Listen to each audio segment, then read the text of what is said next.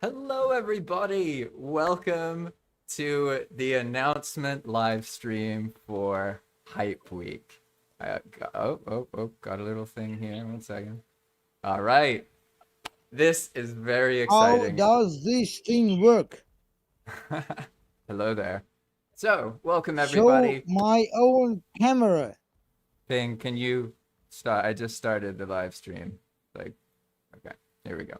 Welcome, everybody. This is the announcement live stream for the Val-Con Hype Week. So, there is a Val-Con happening next year, but I'm not going to tell you exactly when that is, but it is happening. What I will tell you about is Hype Week. And we have a couple of the Hype Week people here with their experiences, and we're going to be learning more about them. So essentially, Hype Week is a chance for people to play on Valheim projects and servers that already exist. Okay, last year in Val-Con, it ended up being mostly about the people who were, how do I put it? The content creators. Whereas now it's about the people who are actually hosting worlds. All right. So before we get started, I'm going to go around and introduce everybody pretty much. Okay. So those of you who are hosting a world, you'll get a chance for me to describe your world in more detail. But before then, I'm just going to go down the list and ask you to introduce yourself, okay? So why don't we start with Left App? What's going on, Left App? How are you? I it's doing good. Yeah, my name is Lefter, and I got to your this kind of scripting from your nice palm, which is now the Enigma mode, and inspired by all these things, I got addicted to the scripting and have made the decision to make my own version of out of it, and I call it the Fenrir server. Yeah, I'm excited Nice. to see that because it's a fork of something that I've worked on, and then Left App has made his own and done a bunch of cool stuff. So that'll be a blast. Do we have a volunteer for the next one? You want to go, None? Ping pong, go ahead. You got the floor.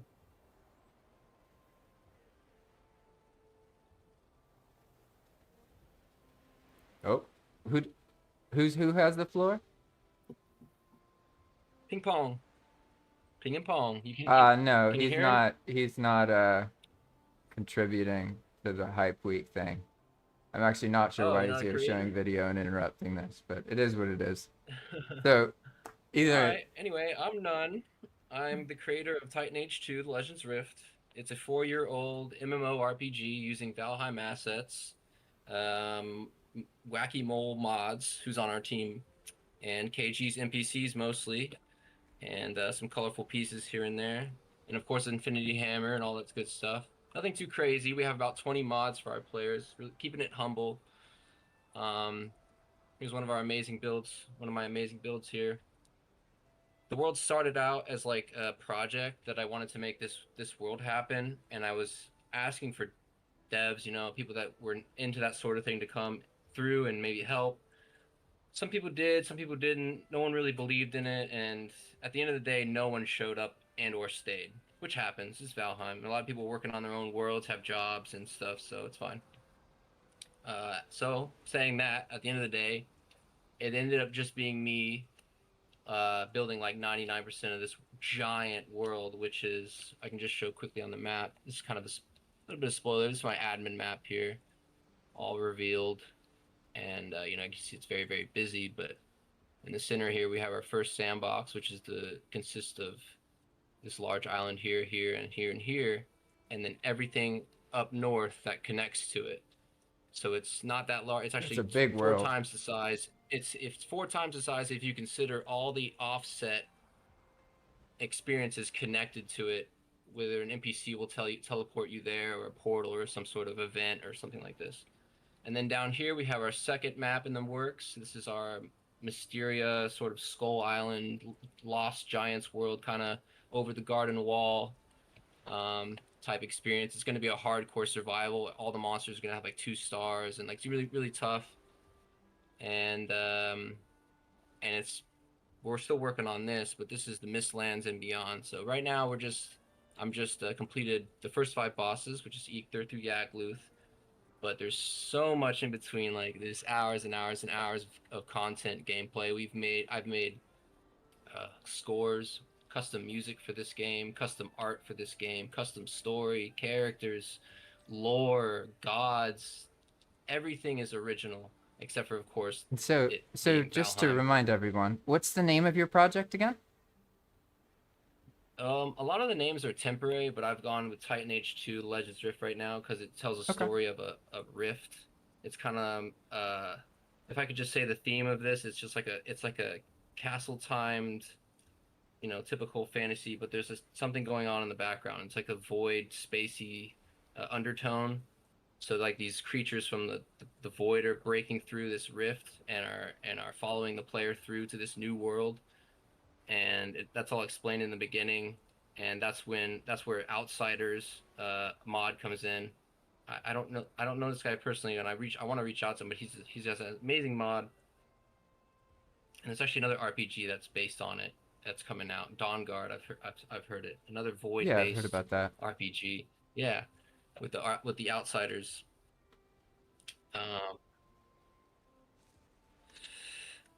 Well, for now, we'll move on to the next introduction, and then you can elaborate more about it in the next opportunity. That's pretty much it. Where you can go more into detail. So, Gotcha. Jakar, do you want to speak next? I can go next. Awesome. Hello everyone, my name's Dakar. I began just doing Valheim builds and things, but then got into expand world prefabs and making worlds and helping out with different projects and things like that. And I've mostly been doing work on my own project, which is called Heim Divers. So it's a kind of recreation of Hell Divers within Valheim. So yeah, a lot of work's gone into that with making different biomes and builds and all of the different sort of abilities and mission types and other things from that game. And yeah, mostly trying to accomplish it with just Yara's mods to kind of make it as slim as mod package as possible. Yeah. Good stuff, man. All right then. How about you, Fire? If you don't know about Heim Divers, then hey, you'd be surprised. A lot of people don't know about these mods and stuff. So, who knows? Very cool, Dakar. Thank you. Actually, unfortunately, don't have my stream ready to go up right now because I was just booting up the test server. But oh, good. Yeah. So I've got a server. We've named it Verdant's Ascent.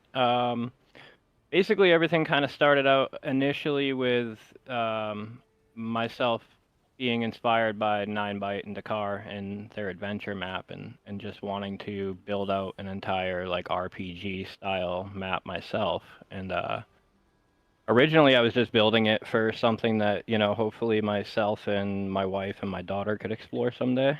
Just something kind of small and doing it for myself. And then I was sharing pictures and stuff like that, and Hobo reached out to me, and then we ended up kind of getting together and doing a full server. So yeah, we're doing similar things to most people that are doing the RPG style servers. We're using KG's mods for quests and NPCs and stuff like that, but I kind of got into EWP at first and started scripting, and then got the opportunity to learn how to write my own mods, and then started kind of doing that. And so similar to what Nun was saying, there's not a lot on the server that's not kind of custom and done one way or another to touch on something one way. Sometimes maybe it's a little much for some Valheimers and might not be like lore friendly, but we're just kind of aiming to have fun. I think most video games kind of try and take you too seriously, so I'm more aiming towards kind of a standard Valheim playthrough all the way up through the initial boss fights and everything like that. If anything, it might be a little bit easier than normal Valheim, because we're using like classes and almanac classes and stuff like that. So, some of the skills and stuff might make you a little overpowered, but then for our end game content, I'm aiming towards being more group based, similar to what you're doing with Path of Magic, where your bosses are not really unkillable, but kind of, just about. You really have to grind to get there. So foster that kind of like a dynamic. two-part. Yeah.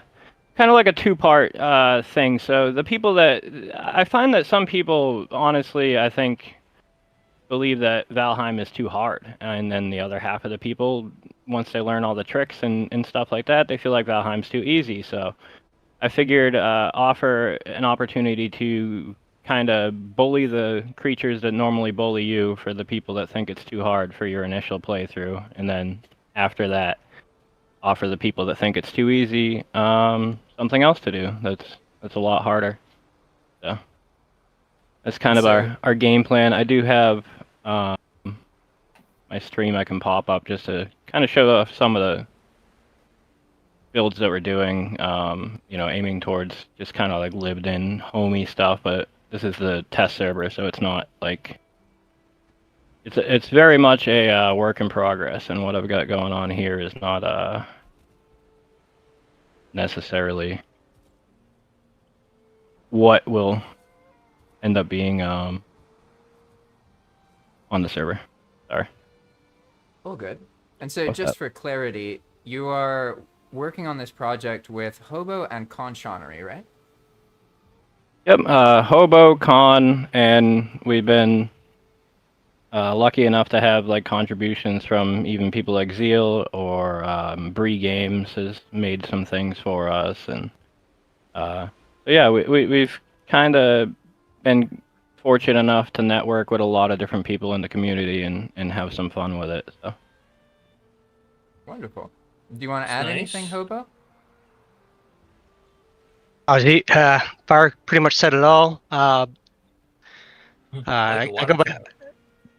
go by Hobo. Like I said, met Fire not too long ago, and we started Verdant Ascent. I like to focus on building mostly, while Fire does all the fun, creative stuff in the background with the mods and scripts. But I mean, ultimately, like Fire said, we wanted to build something that felt lived in and also had a lot of replayability. That's the one thing with Valheim. It's like sometimes if you play through it once, it's hard to replay on the same world. So we wanted to create an experience where you could kind of continue to find new things in the played through world. So that's, kind of what we're all about, just having fun, like Fire said. And so for those watching, Fire just showed the map, and I heard a whoa. So can you explain quickly Is that right? how the continents look different? Well, the map itself is a Better Continents map that we've kind of forced Expand World and Better Continents to fight with each other so that I could have custom biomes. So we've got the Red Thicket biome, which is something I actually shouldn't show off because it's not technically mine. So I won't show that off, but it's a placeholder biome for like I figured out how to force custom biomes to work with Better Continents, which was cool. And then this map's obviously absolutely insane. Generated? Is it procedurally generated or? No, so this is a custom map made by I believe it's Adam Wolf is his name.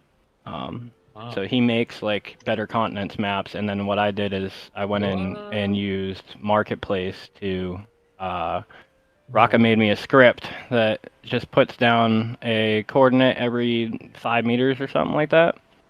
And then I can feed that into AI and force it to write a config for me for Marketplace to make these little. This is basically these paths are made out of 12-meter circles, a billion. there's like 7,000 of them currently in the config. Yeah, because it goes all the way out to like out here. There's roads, and then when you're on them, it tells you the name of the road and stuff. So it's kind of fun. I like roads. I'm similar to JP in my love of roads, but I also love maps, especially when our map is, looks like this. So The I feel like mountains think it's that are one's called- crazy good. I think that one's Lava called spawn? Crater. What's Yeah, that? there's craters in there. The, Yeah, the base, so and that base map is called Crater, I think. Craters and Ashlands is actually the name Yep. of the base map, That and looks wicked. it's just absolutely insane. He did such a good job with it, and it changes kind of the way biomes will generate too. So you get your ashlands with your mistlands around the edges of the craters and stuff, and Yeah, and some places using it looks Belron's amazing nature, so the assets are insane too. Like he's incredibly good with making good-looking like assets that feel like they fit into Valheim. So. It's It's nice just- how it looks like there's been a volcanic eruption everywhere, Yeah, not and in that's one place. part of Yeah. what Hobo's done is making like the backstory and everything, and like we're not taking ourselves too seriously, so we're not like nailing it down with the precise lore and stuff like that. We're adding in a story so that we can tie it in to make it interesting quests and stuff like that. But so we tied in the whole Craters and Ashlands map into the story, and so the end game after the initial bosses, you're basically fighting off, or the reason for the bosses in general was an invasion that started from outer space. So we got the craters. A little Oh, sci-fi element in it. There may be Yeah, some that's- steampunk, some sci-fi just snuck in various places. So not trying that's to take something I it too should show off. serious. Is like we threw in the I should show off the teleporter, but let's see. The if I can find it. Stargate I'm- that Zeal provided. You'll get a chance to show off more. Don't worry. So, Yeah. Let's move course. on to Hilly. Are you there? Yes, hello. Hello. Yes, I'm here. Welcome to. I'm Haley. I'm representing here Arena World and Battle for Valhalla. We're hosting currently 2 servers. And I want to talk mainly about Battle for Valhalla, which is our newest project. And it's currently in its first season right now. So I decided to just hop in onto the server, show the activity here and how it all works.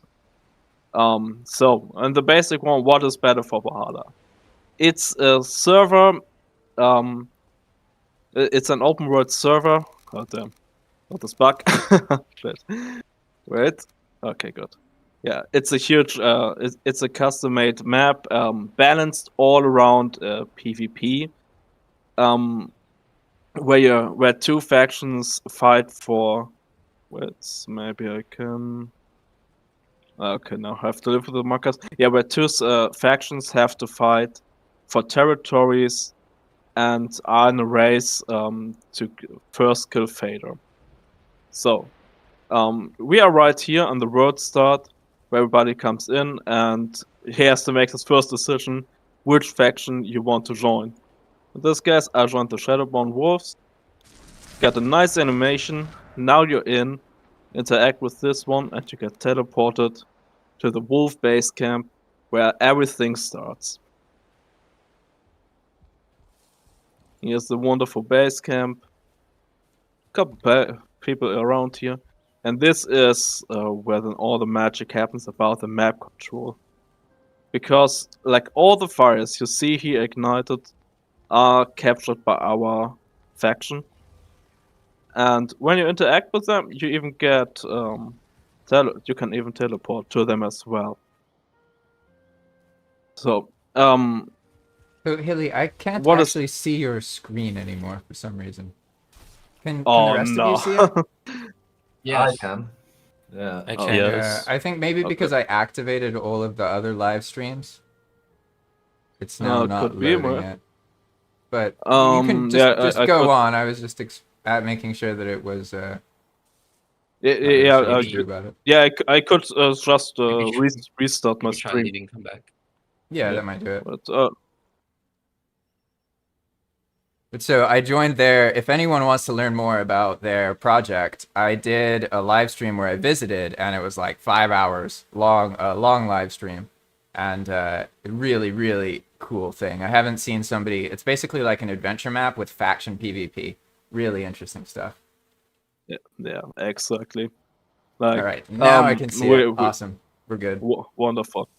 Yes, back to the wolf base camp, and as mentioned, it's a map in the ground concept of PvP between two factions, and you have to fight for different territories.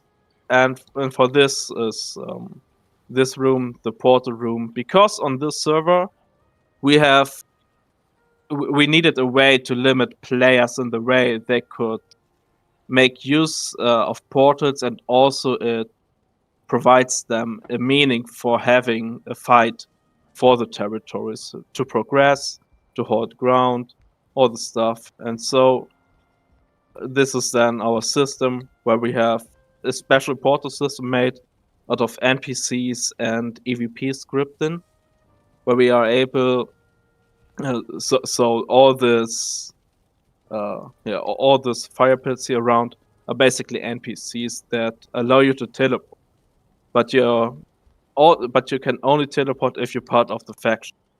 Like for example, I go here to the wolf capture, to the dragon side. I am not. Oh, wait. Okay, here we go. Yes, I'm here on the dragon side, and here you see they have red fires. But because I'm on the wolf side faction, I'm not able to interact with these portals. So this means all the territories claimed by them belongs to the dragons. So just to summarize what Hilly was explaining, basically they're a faction PvP adventure map, and as you're like on one of two teams, and when you capture an area, it allows your team to then teleport to that area. So that's like the mechanic he was just showing off with the red flames and the blue flames. Basically, he couldn't go there because he's from the other team. So Exactly. we'll move on now to the next person. I'm gonna pick you, Zeal, now. Zeal requested to not be first. So there we go. It's so meow. You're not supposed to tell everyone about that. Should have made him go first. Well, you see, Yeah.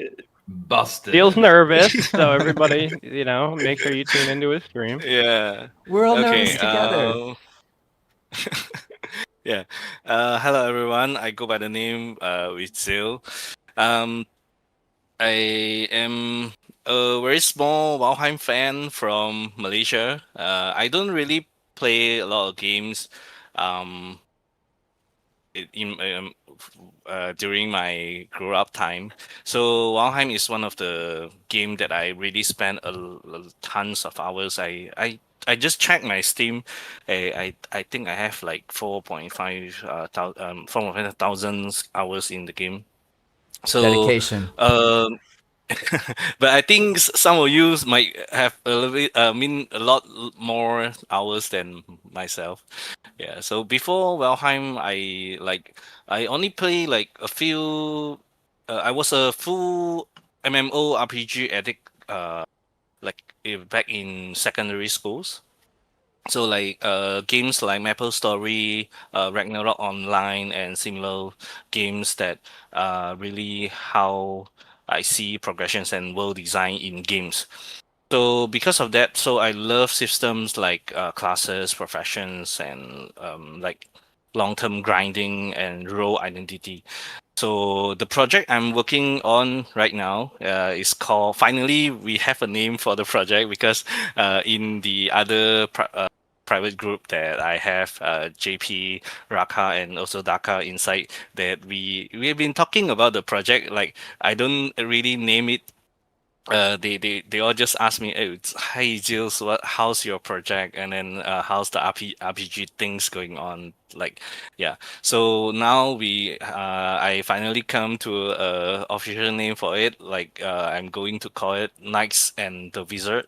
So by the name itself, you can also tell like I'm trying to recreate a classic MMORPG elements inside Valheim to but in a ways that still fits Valheim survival and exploration core kind of thing.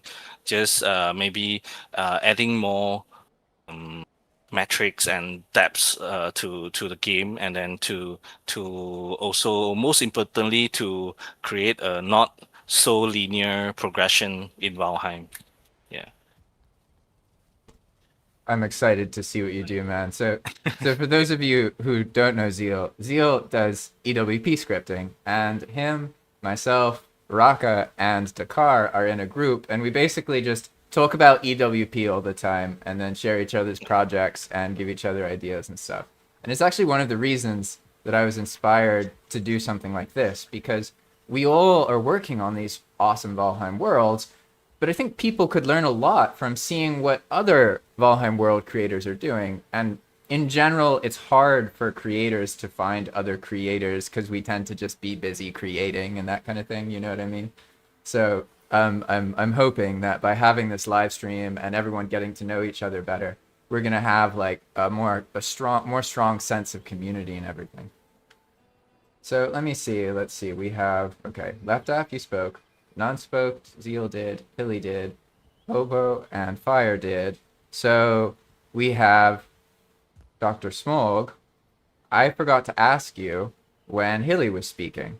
So Dr. Smog is one of the 3 people who manage Arena World. So I forgot the new project's name.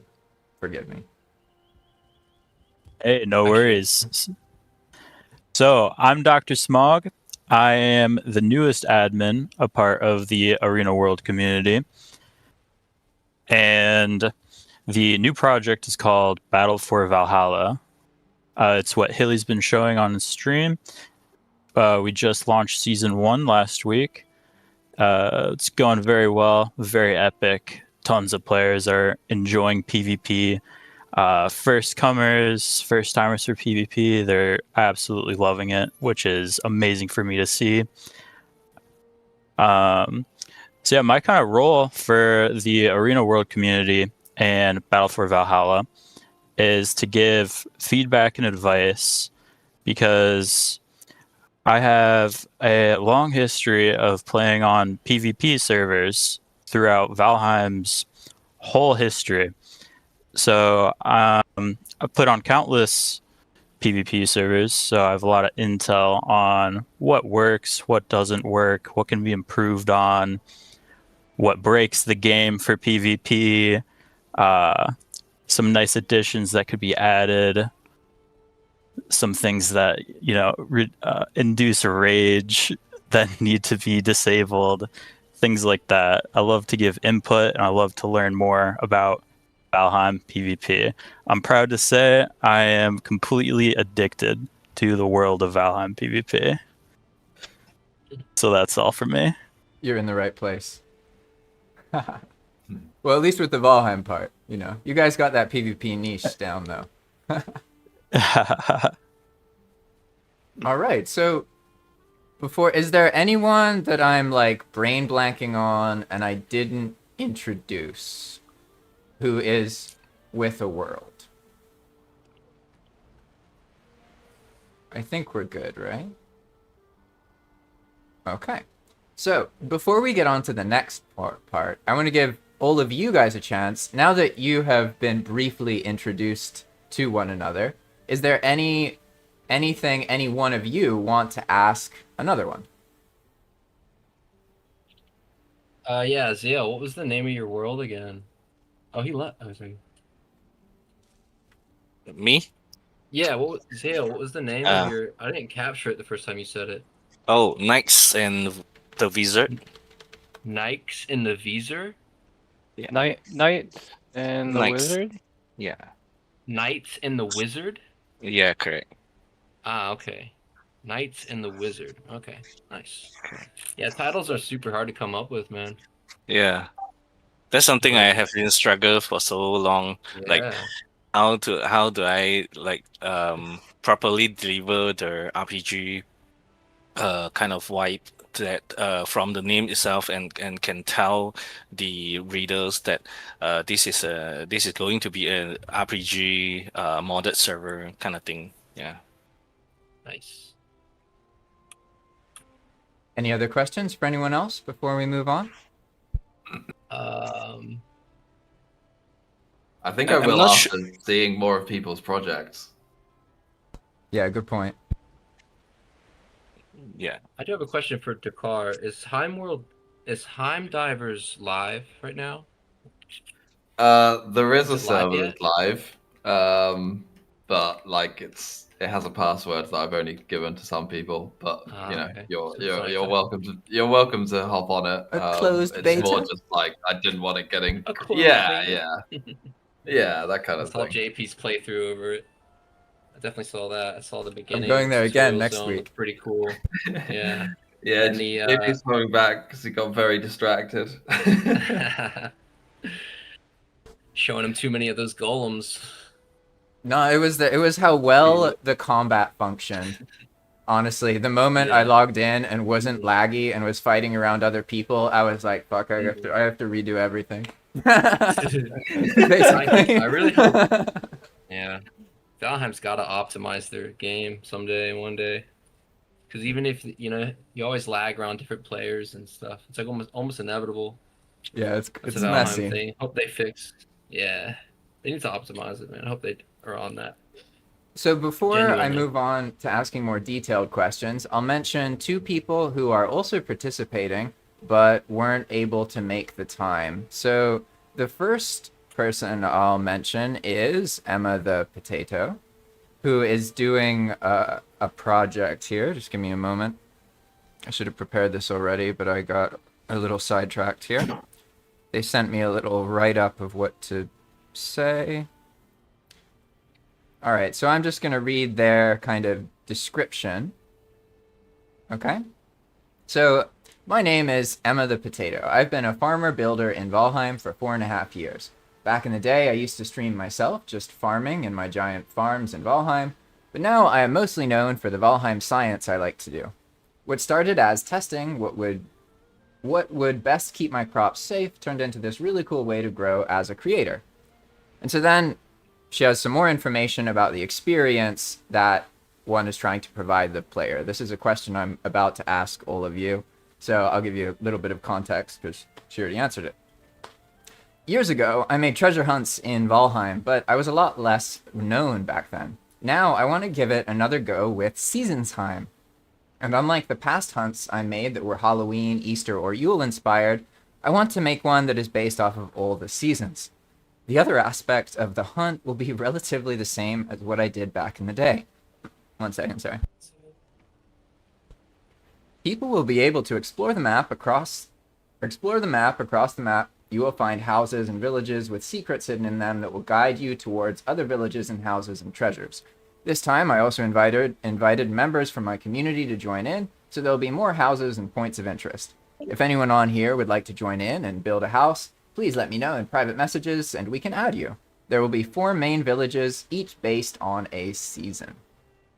So that's Emma the Potato. She streams on Twitch and is one of the Europeans who has to deal with the reality that it's like 1 or 2 a.m. for them right now, so this was too late. So in addition to Emma's world, we also have a world by... One moment here. Boom, boom, boom. We also have Olvar's world. And Olvar had some things go on, so he wasn't able to get to me in time. So I don't know if he's gonna be involved, but he seems interested, but there's other stuff going on in life. So I just mentioned him, but I don't know if he's actually going to be one of the Hype Week servers. We'll see in some of the future live streams. All right. So now moving forward, is there anyone who wants to volunteer to be first? And now we've introduced everybody, so I won't interrupt you so quickly, unless I think you've deviated and I want to ask you to be more specific about something, okay?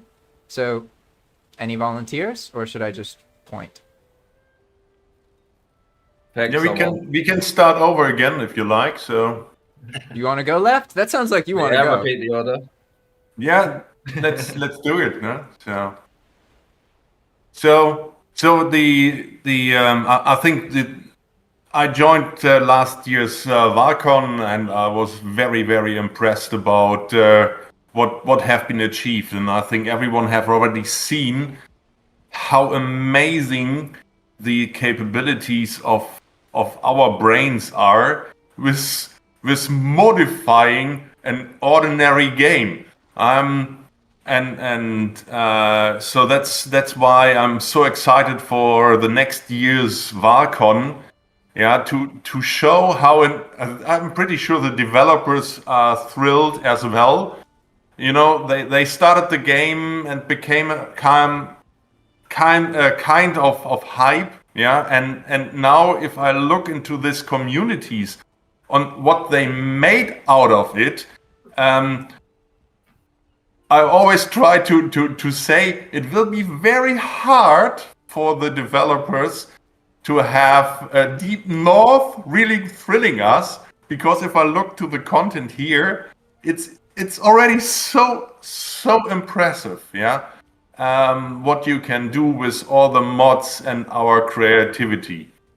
And my project also is the idea to give the communities the chance of another way of playthrough.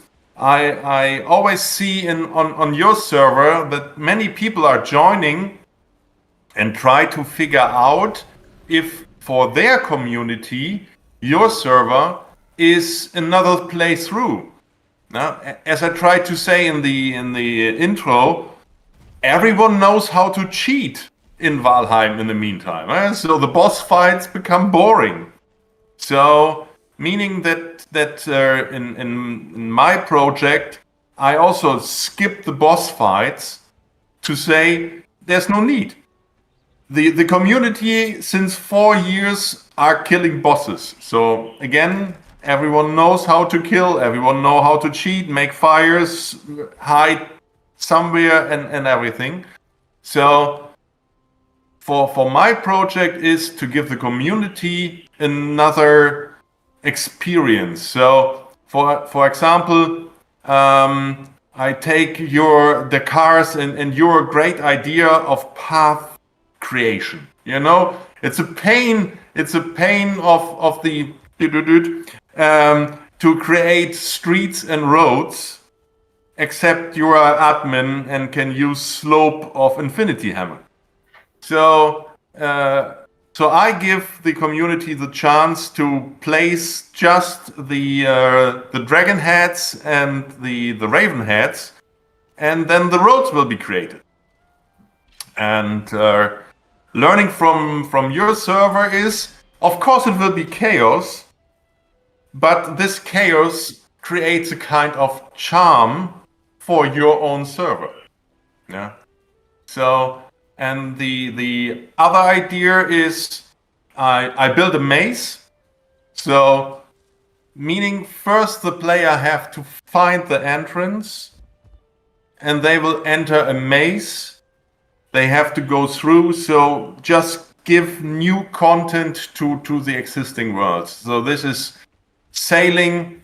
I was playing around, and the results you also have on your server. You know, making boats faster, making boats crazier, make a self-defense system. So what I try to give is the point of excitement to see, oops, oh, this is not vanilla Valheim. And then you say, yeah, but you play vanilla Valheim. You don't necessarily need 20 mods or to have a new exciting moment. Yeah, this is why I'm so excited on my project. And happy to share it for the community and see if the community is liking it or not.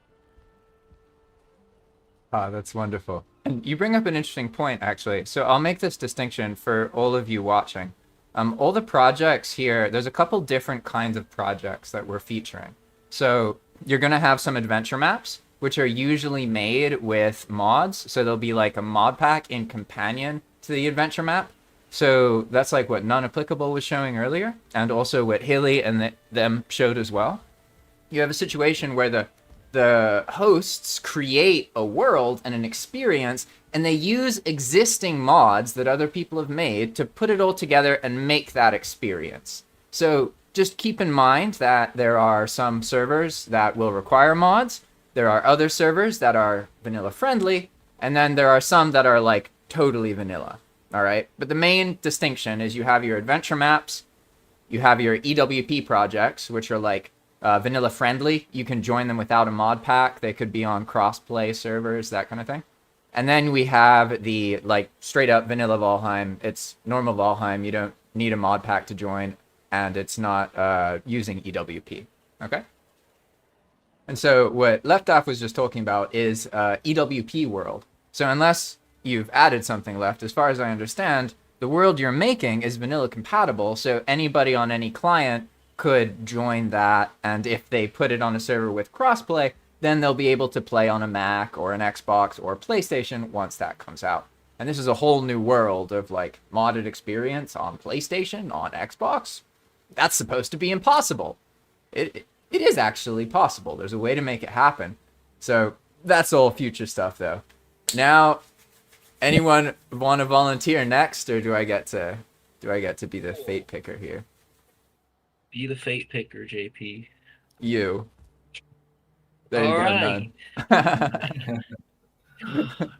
All right. Should I stream the beginning of my world, or what would you like me to do?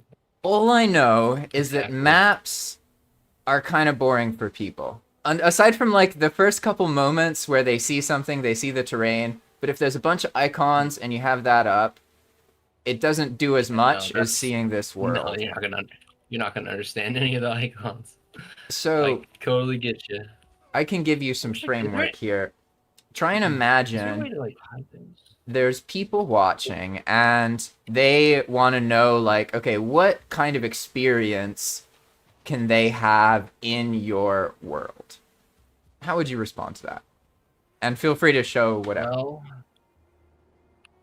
Well, it's all the ideas are original, like my story and lore and all that stuff. I'm pretty much taking Valheim to its ultimate conclusion, which most builders come to, is that it's limited content, obviously. So, at the end of the game, everyone's bored. They start building things, mazes and stuff, like you said, and it almost like inevitable, this thought. And by the way, that's how it all happened. I beat the world once. I beat Valheim once. I beat Yagluth, and then just started working on this world. And that was 4 years ago, and nonstop work. I had The this true idea. endgame. Yeah. By the way, I've always loved building RPGs. I'm an artist. I've done comics. I've wrote books. I paint. I draw. It's all original OC. I'm kind of a stickler for OC as well. I was telling my friend this the other day. I really am, but I also understand that artists grow by observing each other. I get that. But the important thing is to take that and put your own spin on it. And if you can, on all fronts, just, try to be original. So that's really important to me because it's just good for the idea, the creation flow, and So I set up. So this would you say lore. that you're giving an original experience, like something that Yes. is unique? It's not something like Completely unique. Okay. Do you want to elaborate It's more not- on that? Well, yeah. So I pretty much, to go back, I'm doing Valheim continued almost, but in my completely different off-road thing. I'm explaining there's like this universe where Vikings could exist, but they're not exactly prevalent in this world. But like all the Viking lore is wiped. There's no Odin. There's none of that. But it could technically exist in another universe. And this rift or whatever connects. It's like a wormhole kind of story, element. I there. will say you have a And- very strong intro to your world. Like, Yeah, well, I I wanna joined show, Nun's server at some point, And basically, like, you start and you're like a character in a bed who, like, you just woke Yeah. up from your dream, and your dream was like beating all of Valheim. Right. It Right. was a Pretty really, much. So really cool hook. you're I loved it. actually a you're a hero, so to speak, accomplished, and in your home world. And in this home world, it's like Valheim, your base. Everything's built up. You know, you're kind of bored. You settle down. Maybe there's actually a little bit of techno, like you guys said, the steampunk kind of elements here with the neon sign and other kind of elements. So kind of like the age is a little bit past the castle time, but little do you know you're about to get thrown back into a completely different world. So here you are in your home village. You wake up in a bed that's over here. The bird drops you off, and you question like, why was it I dream being carried by this bird? To kind of put my own spin on that, and you come out here and you just start questioning yourself. And there's a bunch of NPCs around that are talking about the storm that's happening because there's a big storm outside and they don't know what's going on. But little do they know, the world's starting to piece up and float away, and it's about to die basically. And this is connected to the red moons, so we can go out here and experience our first red moon. You'll see it in the sky here in a little bit, and that marks the end of worlds. And it's like connected in this lore. But as you go up here and complete your first mission, you can get a hat here, kind of do some character customization. The first character customization, which is that there's the red moon, and you're questioning it. And after you get your hat, you come down here, back down here. There's one tutorial NPC intro over there, just kind of tell you this is a villager, this is what they say, this is a lesser person, and then as named characters and everything goes important. There's characters with actual names, and anyway, we have voiceovers for our NPCs coming out using AI to make that. I'm not good at voice acting, so, but I thought it added some elements. So everything's handwritten. Oh wait. And so, just so people watching know, this is a recurring thing you're going to see. See this UI here? Could you tell me what mod that's from and why you enjoy using it? Because KG's everyone NPC. loves it. Yeah, I honestly have to get back at him one of these days. So I'm starting to have my first subs, and I'm keeping everyone in mind. Don't worry, because we got to, Because without KG's NPCs, a lot of this wouldn't be possible. It's probably the biggest mod that drives this world, I'd say. Without it, it's just not possible. Because all the events, all the triggers, right? Anyway, here's the lore. You'll read it when you come in. The song you're hearing, if you're hearing a song, that was written by my friend Crows, who's a Swedish composer. And he came in here and liked what I was doing and kind of did his work for free. So this is a custom song he made and just gave it to me. I was like, thanks, man. And lots of other songs he added. I'm a musician as well, and I've done my own songs, so we have custom music. And this is the first song that plays as your world's ending here. And there's just this little tutorial zone, kind of telling people what to do, what not to do, how to build, how to not build. There's karma checks, which I've already done this one, so I can't do it again. All the people that have joined. Just names everywhere on our words. Is the water wheel really spinning? Yes, that's the water. That's the Elemental Falls hammer. The Elemental Falls mod. So you get waterfalls and all kinds of cool water lava effects with this mod, which I'm hoping to get back at them too. But it's not. We could remove it. There's a lot of mods that aren't really so important, but just add a little bit, and they have to be that so important. Like they really gotta be needed because many of you said already, I'm trying to keep a very humble pack because a lot of servers I feel like run on 70+ mods. Let me turn this down a little bit. And that's like really a lot, and it's enough to scare a lot of people away. I know that when I look at 90, 100+ mods someone's running, I'm like, how do you even manage how these mods? What happens if one breaks and 5 others break, and then this guy dies, or what? You have a bad day. You have a bad day. I'm running 20 mods for my players, and I'm struggling. So imagine I'm not struggling, but they're simple mods. Infinity Hammer, plan build. Let me see here. Wacky's on our team, who's made Wacky's database. He really liked what I was doing. He came through. He said, "Hey man, I really like your idea." I'm just gonna come through here and do my thing. He's made custom chests for the server, custom spawners for the server, just for this server. And I gave him all kinds of tips on what to do, what looks good, what doesn't look good, because I kind of know.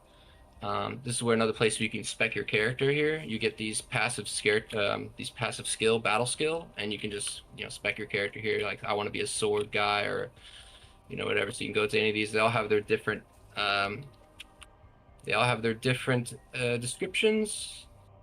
Reminds me of Mayor Will. an Elder Scrolls game. Like when you pick the skills that you have, like plus 10 in, plus 15 in, that kind of thing. Right. And by the way, right now we're in the bridge between worlds. This is the place where the villain took over and froze and used the rifts to bring Titans into the next world to take it over. So this is the frozen state of the bridge between worlds, and it's got all the elements of things passing through, all kinds of different architectures, and it's all mixed into one kind of city. But it's frozen now in time, and there's a big story there. And here's the big rift, and you're just questioning everything, yada yada. And then after that, we're invited into the rift itself, which is one of the first areas I built up, which to kind of start the game. We're still in the tutorial here. Got a little trigger on this door because it takes a while to. You gotta get the skybox in. Yeah, let everything load. Yeah, so there's a trigger here that's like on an 8-second timer, just to make sure players see the darkness in the skybox ahead. I'm just gonna pass through it because I can't wait. Oh, I know what's going on.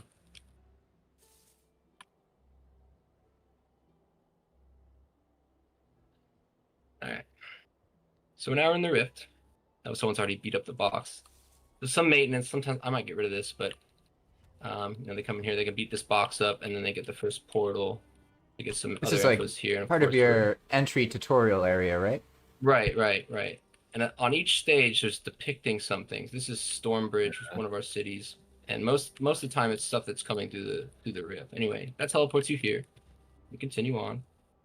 We got little frozen wisp lights as stars up there. This is Halloween Town. Spoiler alert there.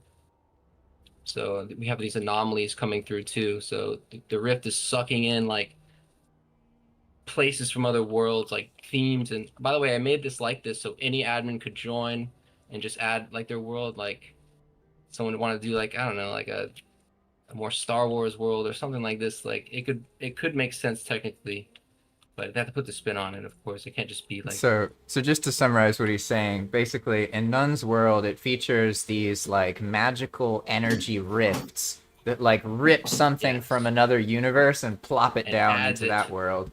Into this world, and this world's considered like a paradise, kind of like where all these things are being added constantly. It's always changing, and it's every 100 years it changes, and it brings heroes from other worlds, and you have to be like worthy to be like coming through. But so they say.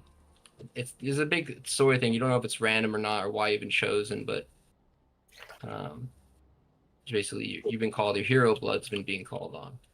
We get a first look at the main villain, which is me, which actually fight me at the end, and I have like this whole battle script going on, and outsiders and all that.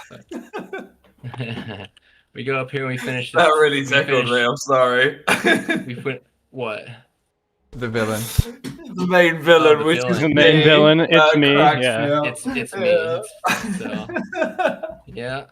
That's my role. That's my role play. I'm the main villain of the world, even though I created it. Kind of like funny, but first checkpoint here, and then this is pretty cool.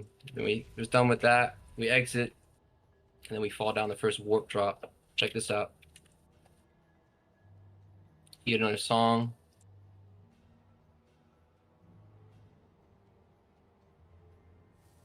Yeah, I have a whole battle script at the end. That is fucking cool. I love the little twisty staircase thing in the beginning. That's new. I added that. Make it a little longer. But you just stand still here a little bit. It's like you fall down to the new world. You fall in water. Don't worry. I noticed recently that if you are in first person in a first person mode mod, that character going up and down thing doesn't happen. Oh, really? Just random thing I noticed the other day. Falling out of the I want sky. to ask my players if they would like first person. I think that'd be pretty cool to experience the world in. But First here we are person's a on lot the of fun. yeah, it looks cool. So here we are on the first. We're finally landed the new world, and you'll see that the first town here is just in flames. And what had happened was the rift had woken the sealed titans again because they were part of the world, and then they got sealed by the 6 heroes, which are my characters. And then they had some peace. The next rift comes, brings in you, disturbs the world again. The Titans break free, and you have to beat them again. Basically, it's like a re-rack of the bosses, kind of.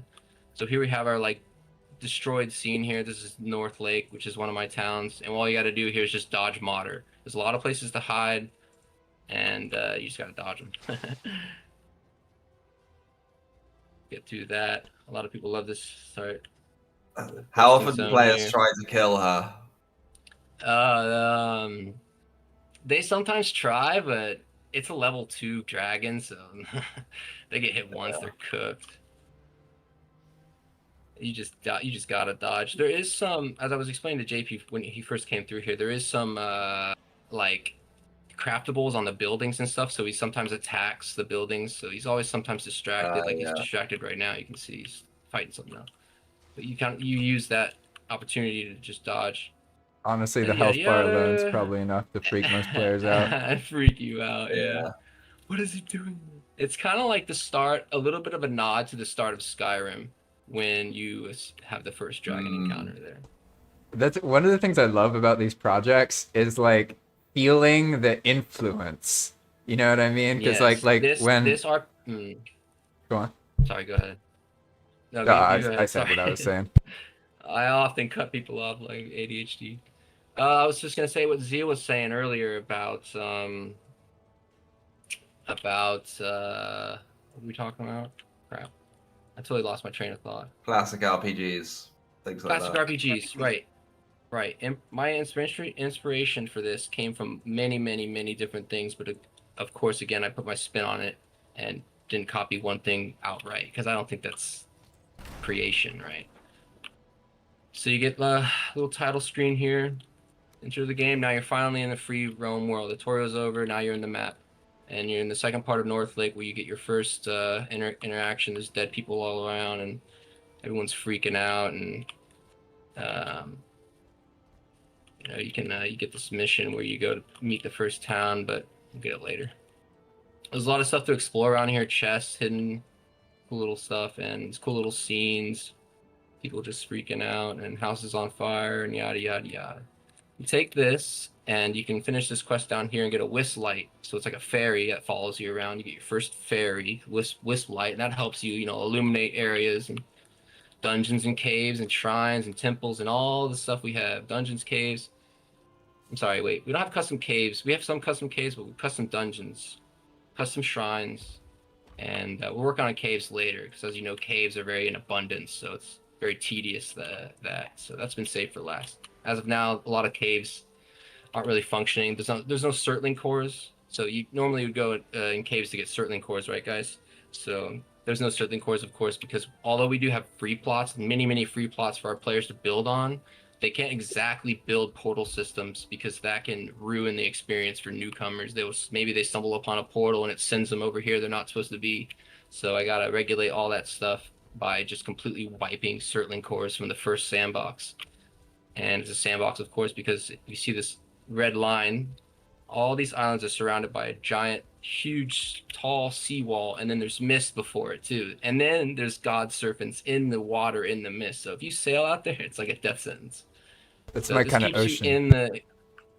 This keeps you in the experience for now, but there is a way later beyond the mist, which is my continuation, my update into DLC, Mistlands and all that. But I'm still working on that. I'm hard at work at it. I'm alone, so it's kind of taking us a while. But I'm a building machine, they say, like just nonstop building in this world, and all the NPCs, all the story, all the dialogue, all the everything, like insane. I have a lot of free time, which a lot of people don't have due to certain circumstances, but here's the first town. Sorry about the little bit of lag. I think it's from the stream. And you meet the greeter here when you have this quest, and then he kind of tells you who to meet, and you go to meet the map shop. There's a mapping system you find each map shot from each town, and at the end you've built the entire map and all the little points of interest. And then there's bounties to hold, there's signs, quests all around. There's often time plots within towns that people can add to the town, but they have to keep to the theme. Here's one build, Dank Ink Shop. We got shops. People will be owning shops and stuff. Oh, it's cleared out. Someone just bought everything. But anyway, this is the Carpenter Town, and it's just the first faction. It's kind of just like a encampment, nothing special here. Of course, as you progress through the game, the cities go through tiers. So like the next one will be the first milestone. The first big milestone is Stormbridge, which is kind of like almost a nod to Stormwind and WoW, which I've never played, but I understand that it's kind of like the first big, hub. So, but in order to get there, you have to go into the first big milestone. So, but in order to get in it, because by the way, it's on the water, so it's completely guarded off. You can't even pass the gate without this anointment first. And the anointment comes from the druid race who exist out in the forest. They're hidden people, and they don't really like to interact with humans too much, but they have their own heroes and they have their own story going on. And so you go meet the druids, you beat their shrine, you talk to Yggdrasil, you get the anointment.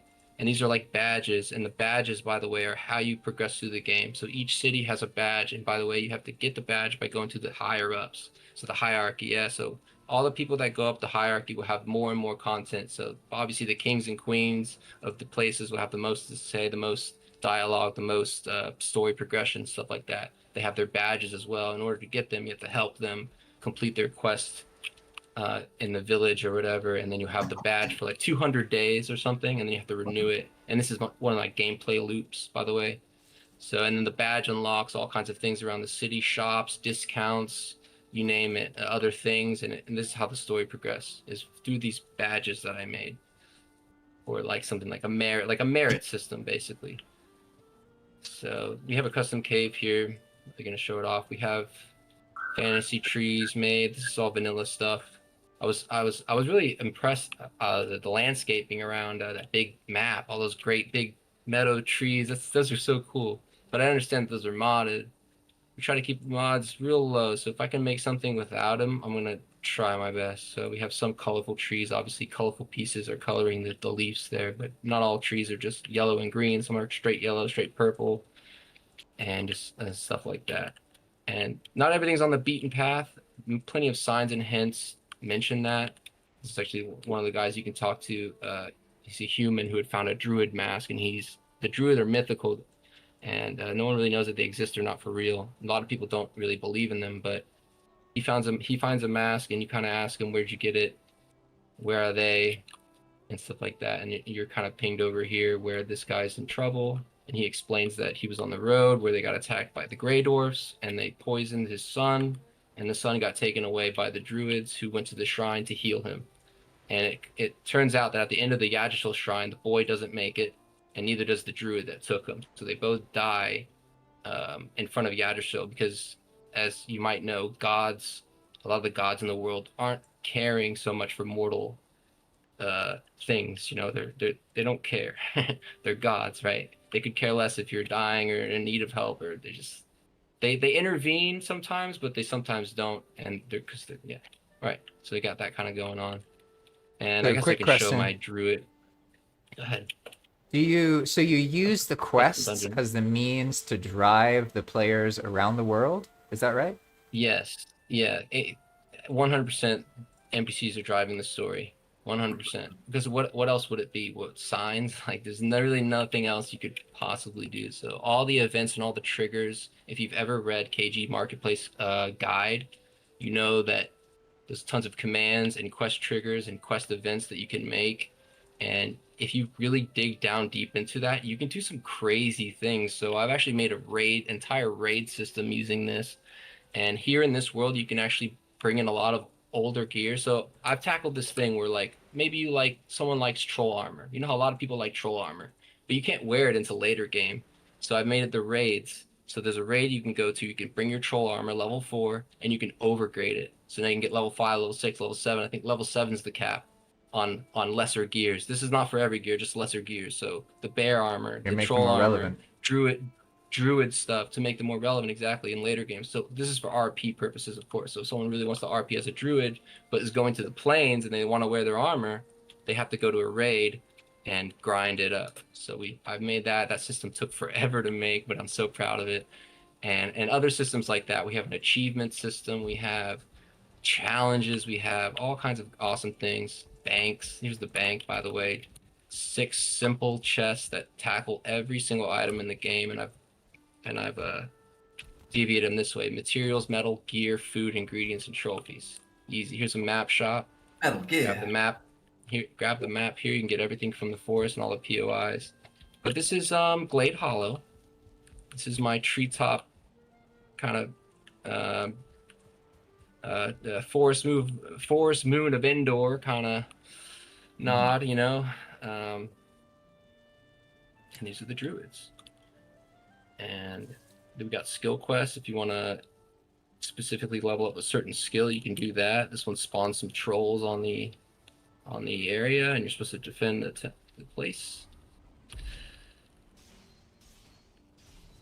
So just OP. And you get a song with it. And when you win, you get 2 increased. Look at that. Skill quest jump, little platformers, and all kinds of cool little things. Just pretty much everything you can think about is here. That's that. I don't want to spoil too much. We'll go to Stormbridge for you. I was on Isle of Nier earlier, which is our tropical theme. We have a lot of new biomes, of course, custom biomes, all that. One of the biggest prevalent ones is our tropical theme.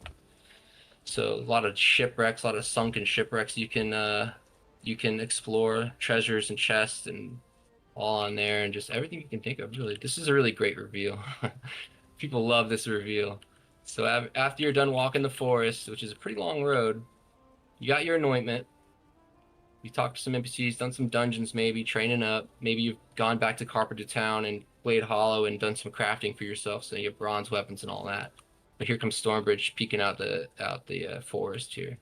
And as you can see, it's a transcontinental city. So we'll go to the map here and look at the placement. Oh, by the way, this map was not EWP'd or expanded or anything. This is a actual vanilla generated map. And I was looking for, I say we a lot, sorry, it's just me. I was looking for a map that ran through the biomes and had certain elements that I was like, I really needed to get to make an RPG, right? And luckily, the first one I got, I was like, this map actually looks great. There's a center part around here that can be Stormbridge, and then it goes through the biomes. Here's the swamp and the mountains and the plains and all that. So it goes down the biomes quite well. And Stormbridge is a really big mechanic because, as I said before, it's across the water. You can't get in without the anointment. You can try to swim, and actually you can swim in it and get in there. You can cheese into there, but you can't progress because eventually you will get pushed back into to have to do your anointment.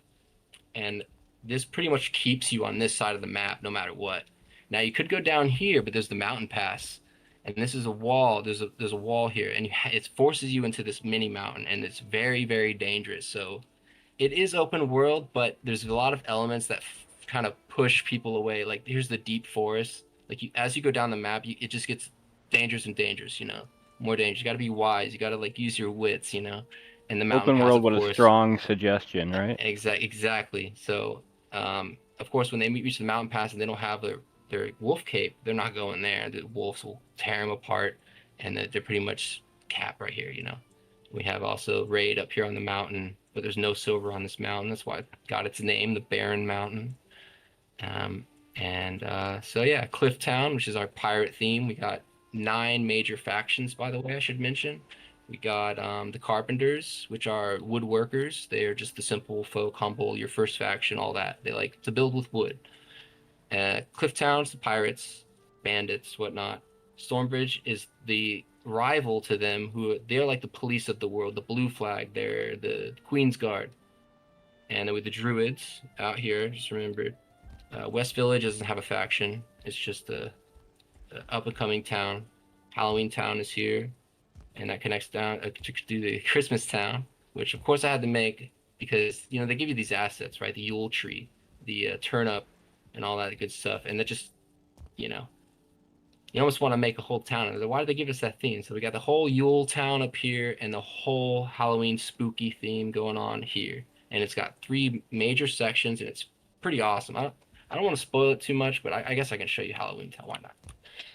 Let's go there. And to continue with the factions, after the Queen's Guard and Druids, there's the Royals, who after the swamp you reach the Royal City, and these are the red flag. They're very kind of uptight, well-dressed, kind of snooty people, like heroes and stuff over there. And then after you're done with the Royals, you got the Mercenaries, which are in Rivergale, East Rivergale over here, which is the King's Kingdom. The king is Opum over here, and he's the leader of the 6 heroes that originally sealed the Titans. And all of these 6 heroes are characters of mine that I actually played as, and I just decided to take them and make them in parts of the RPG.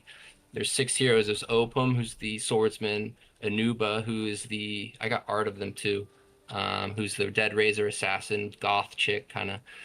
Rain, who's the best girl, blonde archer girl, and then there's Gala, who's the queen of Stormbridge, and she's like a barbarian who wields a big axe. And there's Radiant Leaf, who's the druid, and then Wolfclaw, who's the Frostbeard. So there's 6 heroes.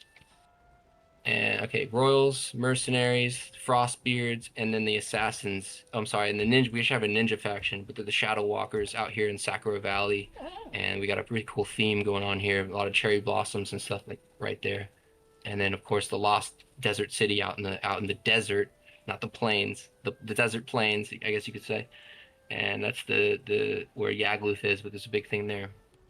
Anyway, so we were invited. The entrance of Halloween Town here. Just look at this theme. Oh, can you look at that orb again in the sky? That looked cool. Yeah. What? This is a rift. So That Halloween is Town's cool. considered an anomaly. It's not part of this world. So actually the rift ice kind of stayed, and It fell out of people are that? freaking out about. Yeah, pretty much. Sorry about the lag. It's because I'm streaming. Nah, you're good. Honestly, if there's a visual and it's kind of related to what you're talking about, that's good. Because in the beginning of Yeah. the stream, I wasn't showing the visuals properly, whereas now, Yeah. I think it's all right. To talk about the NPCs real quick, there's a lot of things you could do. In a lot of villages, you can impress, discuss, you can romance them with the love potion. You can do all these cool things. You can unlock dialogues with skills. Here's one. Look to the skies. What is that? You there, where are we? You can say elemental magic. Looks like a stationary portal of some sort. Okay, that is beyond scary. Summon the Pumpkin King. We need leadership. Don't you have a mayor? And then she goes on about talking about the mayor who's hurt and where she's at and what you have to do here. But she's not a main NPC. Actually, Fira Fright over here is. And she kind of tells you what's going on around here. They're really freaked out because all the people are shooken by this sudden change. They're not in their own world anymore. The swamp kind of got taken from that and plopped here, as you mentioned earlier, and the rift ice stays. So this is considered an anomaly, so it's not part of this world. So of course everything here is kind of just weird, and wraiths running around and all kinds of just cool theme there, and that's how it is explained. And there's only like 2 anomalous cities. And then there's a whole, I don't even want to spoil it, but there's like a whole crazy thing going on with the void and the rift and all these crazy areas that kind of broke. I call them glitch zones. How about you Yeah, find they're just weird. one more thing to show off, I think that's and then pretty we'll much move on it. to the next person. I think that's pretty much it. Yeah? Yeah. So for those of you listening, I've actually already done a live stream visit of Nun's server, and Nun's server is something you can get involved with now. You don't need to wait until Val-Con. So in the chat, I just sent a link to his YouTube channel, but also for those of you who are watching the live stream right now, you can just go into the description of the video, and there's a link to the Val-Con Discord. And in that channel, you can find the Hype Week channel, where you can get all of the information for these projects. You can get their Discord link so you can join their servers. We're trying to make Val-Con like a portal hub for you to find these other communities. Make sense? So you can just find more information about anyone you see here by going to the link in that Discord channel. All right? And before we move on, there's a question specifically for you, Nun. It is, to the dev that is talking now, how many players do you have? I guess he means like active players? Oh, active? I guess. I Right don't now really we know, to be have honest. about 10 or 20 active players, but at one point we had like 50 people on at one given time. But altogether there's been hundreds. As I showed in the wards before, we have many great visits from big names and a lot of blessings from a lot of people. Tegut being one of them, and lots other Valheim creators. And even the guy from my first online server came through. He knew what I was about, because when we beat the game on his server, I just couldn't help it. I was like, there's nothing to do. Let's just build I'm gonna build a maze. I'm gonna take these Draugr piles and I'm gonna build a dungeon around them so they keep spawning. And and then I just had this idea that what if I just did that, like, and then he stopped, because a lot of hosts just quit and all my stuff just kind of got lost. And I was like, man. And then I was gifted my own server. They said, here, go wild. And I said, all right. And I just went wild. So off to the races. Off to the races. Here's one of our swamp dungeons, custom swamp dungeons. Very extensive. I'll zoom out here. They snap together like a puzzle piece. So I build the separate rooms, a straight, a right, a left bend, a treasure room, boss room, and I just click them together. So it's more modular. Yeah, it's a good idea. Exactly. So you can just puzzle them together, and they're all of course, everyone has this, a test island, right? Flattened plains where they put everything. A lot of people go off the world, but vanilla players can't visit there often. Not on the sea floor, anyway. They will die. I learned that recently because I tried to make a Rathatos run. I got to show you this, man. So you know what Temple Run is, right? So there's the speed buff out here, and you just go crazy. The mobile game Temple Run? Yeah. I think so. Much like just taking. You're like running from a boulder, right? Is that how it works? Is that how Temple Run? I've actually never played Temple Run. But this is the Rathatos run. And as you can see, I'm already speed buff while I'm here. And unfortunately, I built it on the side of the world, and it wasn't able to be played by the players. So I had to pluck it all up, and I got to move it to a new place. But then I realized something, guys. It's like a race course. If you ever want to do something like this, you build above the water level. Take it from me, I learned. Don't go on the sea floor. You find the waterfall at the edge of the world, stay above it, go out and build a floor, and then up. Players can stay there. They can't go under the water level. They will die. The game wants to kill them. And I've tried buffs. I've tried giving them so many things, but it just doesn't work. So there was instant death. So do you ever want to do something like this? So I'll ask, I'll give Dakar a chance after everyone's spoken, because I feel, I'll ask him, but I have a feeling that because he's ran an adventure map already, once he's kind of seen some of the things we're showing, there's definitely going to be some basic advice he can give that might explain things. He might even know how to allow players on the ground, who knows? It's just territory. No, I don't. No, I just don't think you can do it. I tried everything. Some trigonometry. Yeah. Just build above the water level. I don't know where the freaking speed buff went. I think it's gone from the territory. What happened? Anyway, that's the Rathatos run. This is like the water section, like the blue, like kind of frozen section. And then you get the little... Oh, that's so cool! Well. Man, that's trippy. I like that. And then you get into the forest section. Jump there, big jump there. Oh my god, wait, we're back in it? Okay, that's so weird. I think that territory's messed up back there. Anyway. Jump off some rocks. So it's the territories mod that's ramping up your speed, which is making you like the car. Right. And you can I get it. So pretty much any and all games, if I can recreate something in Valheim, I'm gonna try to do it. So like what's another one I wanted to try? This is kind of a crazy one, and don't steal this idea, but what if like a Fortnite could work in Valheim? Like maybe the PvP world could take something like this. Like, okay, you put a bunch of crafting tables below the ground so you can always build, right? And then PvP, and then if you want to like get cover, you just build a wall real quick or a ramp, or I don't know, that'd be kind of cool. I had that thought the other day, but I'm just using it as an example I'm of sure the Arena World people, they've tried like thinking of so many exactly things, so ways they to can definitely add these little Easter eggs, like these little these little mini games, you know. So you could just add more content to the world, make it more beefy, make it more fun, make it more, you know. So all these mini games that I'm showing you right now are actually part of the Bog Witch because believe it or not, I don't know if you noticed, but players tend to forget about the Bog Witch potions. Like it's kind of still yeah. a new thing for people. Like I forget Yeah. that about they exist. Like even feasts and stuff. Yeah. Yeah, the feast, all that. So what I've done is like I noticed that and I did something about it. I was like, you know what, people need to realize that this is a thing. It could really help you here, here, here, and here. And I'm gonna bring attention to it by saying, okay, the Bog Witch now has mini games. So this of course is the Ratatos run. This highlights the need and use for the Oh, speed potion. that's why And that there's a name was jump familiar. Sorry. right. And there's a jump one, because there's a jump potion that makes you jump higher. So now there's a like platformer, boom, easy. Like what's another one? Oh, the bug repellent. I'm having a bug repellent, so basically a giant maze filled with mosquitoes, and you need to take this potion, or else you get it freaking janked. So you gotta, stuff like that. So we have 3 mini games for the bog witch, but just the bog witch. But there's other mini games, tons of mini games I've done. There's so much content. Like there's just uh Yeah, your passion shows. show you a Honestly, mini like game. there's not very many people who can work on anything for years straight. So I Well, gotta hand it to you. it's That's awesome. it's a free time issue if at the end of the day, if anything, it's that.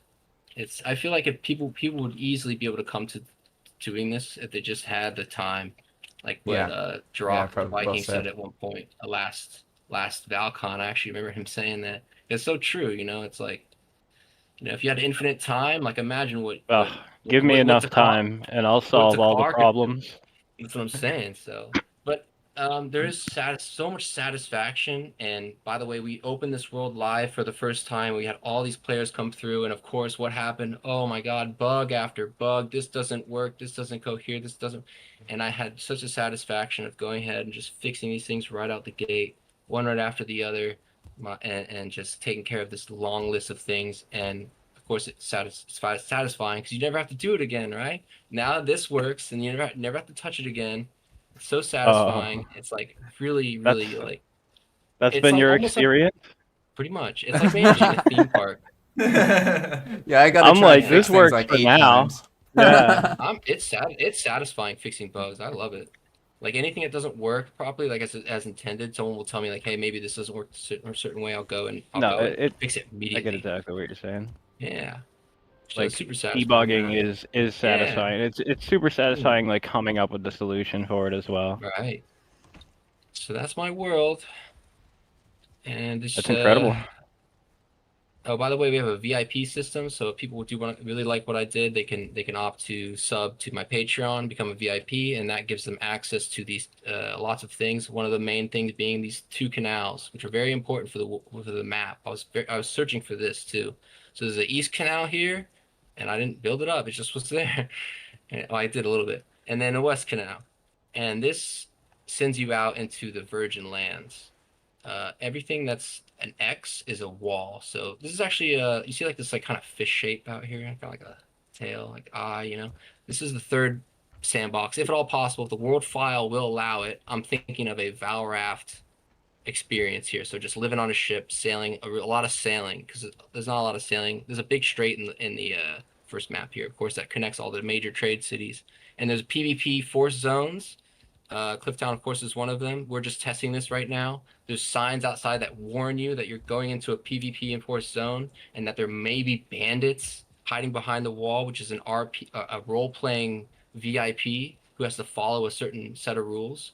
So, and there's a backdrop, I think, too. So if they kill you, yeah, they can take a little bit of your stuff and stuff like this. So kind of hairy around here, you sweating a little bit and kind of like that. Testing that for now to see how it works. A lot of people, honestly, I've heard, in my personal opinion, don't like the PvP instances. They're like really scared or something like. I personally like PvP, so I kind of just added these zones, and there's an entire PvP arena coming soon, and it's just gonna be like a big arena that has like all the kind of themes like kind of mixed into one, just kind of like almost like a just like an area, to PvP at. and just make we'll see about that, but that's coming in the future. That's really cool. I didn't know you had PvP elements there. Yeah. So for now, It's I will all the red move on. zones. I will say I'm already very inspired talking to all of you. I would love to in the future do something where we can try and like help each other find more players and like share players more somehow. So just keep that in mind. If any of you have any kind of interests like that, you can reach out to me independently. Yeah. We can figure something out. I really Something like that would be the it's so inspiring seeing all the things people do, and I think like we're entering a new era in Valheim where the game's going to launch, it's going to be 1.0, and then people aren't going to be able to tell themselves that it's going to be COVID pandemic again and everyone's going to play. You know, we will be basically the ones who have to make interesting worlds for people to play on, right? So I have a feeling that we're kind of like the beginning, you know, or maybe even like a second wave, you know, because obviously people like Ninebite and Dakar and some other people have done adventure maps already. But it wasn't like as much of a mainstream thing. Whereas if you think about it, Valheim is a building game. It makes a lot of sense to build worlds. You know, it's just like the natural progression of the character, right? That's what I'm saying.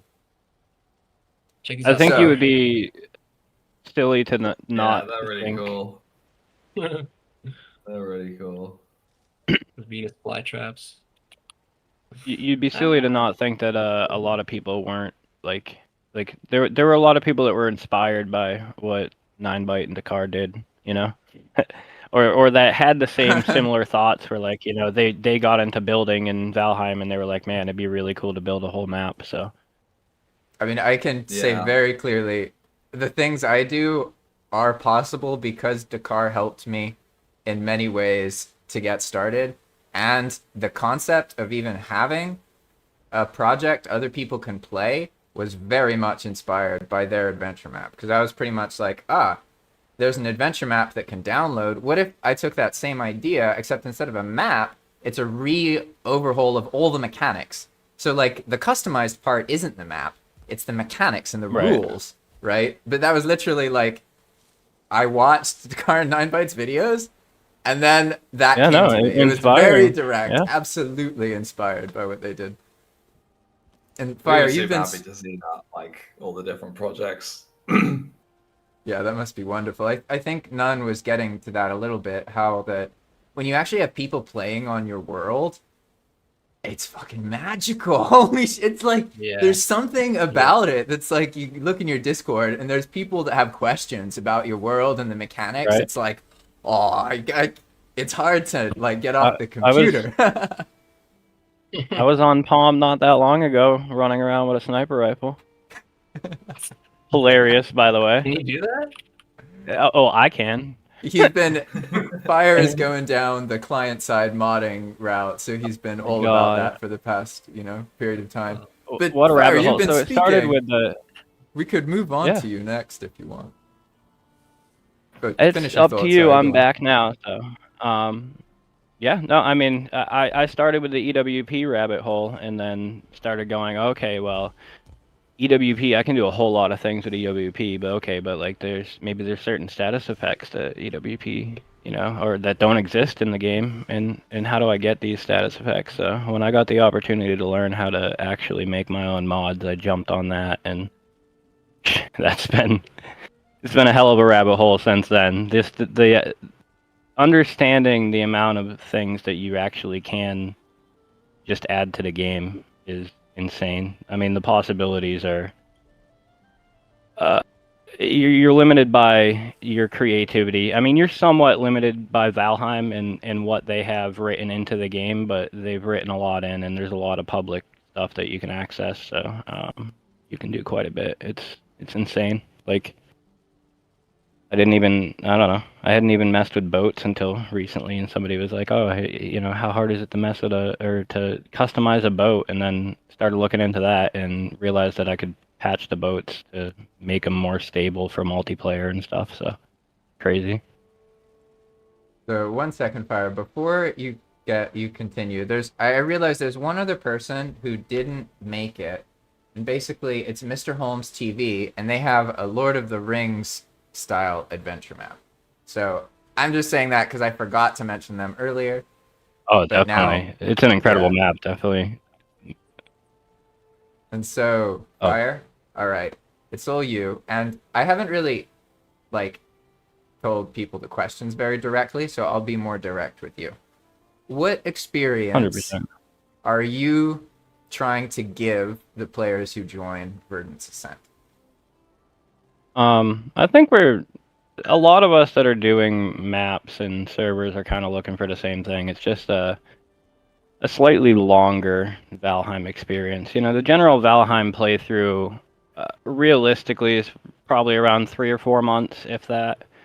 A lot of people lose interest long before then and stuff like that. So, I'm just trying to find ways to sucker people into enjoying the game a little bit longer. And like I said, heavily inspired by the adventure map. Trying to build out the biomes with towns that you can explore and just a little bit more like vanilla dungeons are cool, but once you've explored a couple vanilla dungeons, right, you kind of know what you're looking at. And you've already touched on that many times in different streams and stuff. So just being able to kind of go in and modify some of these things that you might normally see and make them more fun and engaging, you know? So I'm also obviously using KG's Marketplace. If you're doing RPG stuff, you can do it with EWP, and I have a lot of respect for EWP. And actually, like, one of my favorite things here with this NPC is EWP. It's just a 5-minute RPC that punishes you for choosing tutorials or for losers. So it'll sit here and play this obnoxious story about how the server started, and there's not a damn thing you can do about it. Love it. Yeah, for the next 5 minutes, you got this coming up on your screen. It's a funny story. It's like AI generated, but I The kind of water told it what to write. Yeah. So it's right there. It's like talking about how I was inspired by video games in general from a young age, playing Zelda and stuff like that. So like I've always liked interesting worlds that are fun to explore. So. Not gonna lie, that's a pretty cool way to do it, because the player can still just like explore. Yeah, you're free to do whatever you want. Like you can even come in here like Edvar explains to you. He might actually not explain anything to you because he might not be done, but he's supposed to explain to you. Well, it was a he at It's one point. 2025. It's flexible nowadays. Regardless, you know, it explains to you the class alters because, like I said, we're using Almanac's classes. We're also using Wacky's MMO. And then, like I said, I learned how to write my own mods, so now it's kind of like gotten to the point where Hobo or Con or somebody will be like, hey, you know, what about this idea? And it's more or less, let me see how I can do that, rather than I don't know if we can do that. And it's been very fun. It's kind of like a giant experiment at this point. Like, let's see how far I can take it. I mean, as we come up here, this is my test server, so Hobo's on the live server right now, but when we get to the town, I've taken the modding and kind of optimized the town here a little bit. It used to be like 20,000 instances, and anybody that does anything with multiplayer knows that's probably not exactly ideal. And so with Unity, I have a tool that allows me to take blueprints and put them into Unity and turn them into single prefabs. What? So, yeah, he's been baking. That's awesome. So, a lot of what I've done in town, I've turned it down from 20-something thousand instances down to about 9,000 instances, and still been able to maintain the beautiful, like, compact. You know, it's hard to make things look beautiful and lived in when you have to obey by Valheim's realities. So I started to make my own, and that's kind of what I'm bringing to the table, you know, messing around with stuff like that. Definitely helps with building larger towns when they're all one piece. What? Yeah. So like it's only good for boats admin do. building, but for exactly what we're doing, you know, it works out very well. It manages to make things run. Like JP's recent streams have been talking about instant counts and like a lot of people look at the instance number and they think, man, like, like it's really bad, but you have to really understand that within each instance can be 10 components. There's a lot of information stored with each instance. So being able to turn a blueprint into a single instance, or sometimes some of these are multi-instance blueprints, but still, you're turning. I turned the car's giant ship into a 20 instance build. So like you can do some pretty You insane should things. clarify what giant ship means. I wish I 106 had how it many loaded. instances? It's Was it 113,000, but like I've Yeah. even got Holy crap! yeah, and I turned it into a 20 instance build. I just don't. Jesus. It's not mine to show off, so stuff like that. You can but- show it. I don't mind. I wish I had it loaded up. Maybe somebody else can speak, and then like I'll load up that version of the mod because it is actually absolutely It's insane. wild to see. Yeah, and to just place it like JP was like, I wonder how long it will take you to place. I was like, I'll get it to place with one click, and I didn't think I was actually being serious when I said it too, and I actually managed to pull it off. So it's full collision and everything. Your ability to do that with the mods to build a one instant count piece gives us a lot of flexibility when we're building our kind of scenes and towns. So it definitely helps out. Yeah. Boss arenas, stuff I like think that. my next thing, yeah, I want to show off. That's what I meant. I needed to show off the boss arena, which I joined on a new character like an idiot. So, It's right about there.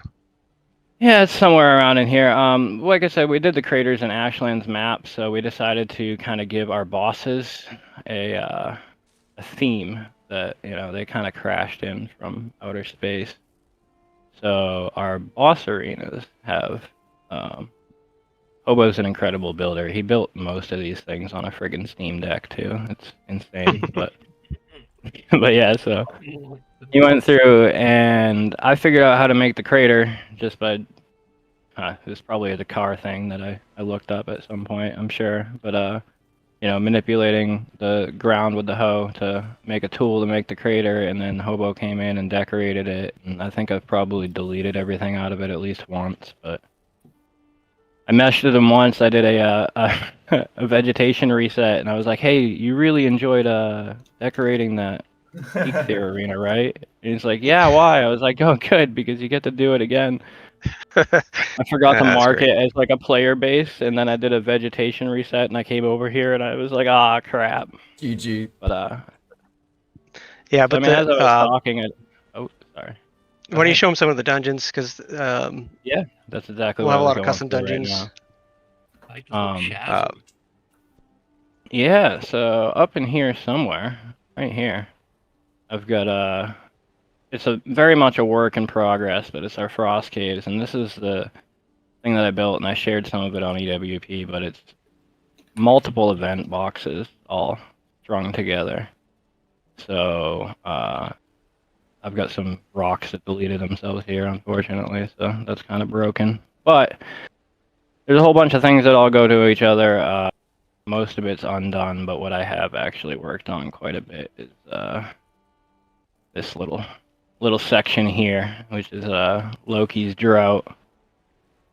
And I don't know, I just had a ton of fun making this thing. It drops you down for quite a bit. I wish I didn't have my feather cape on because it would make way more sense.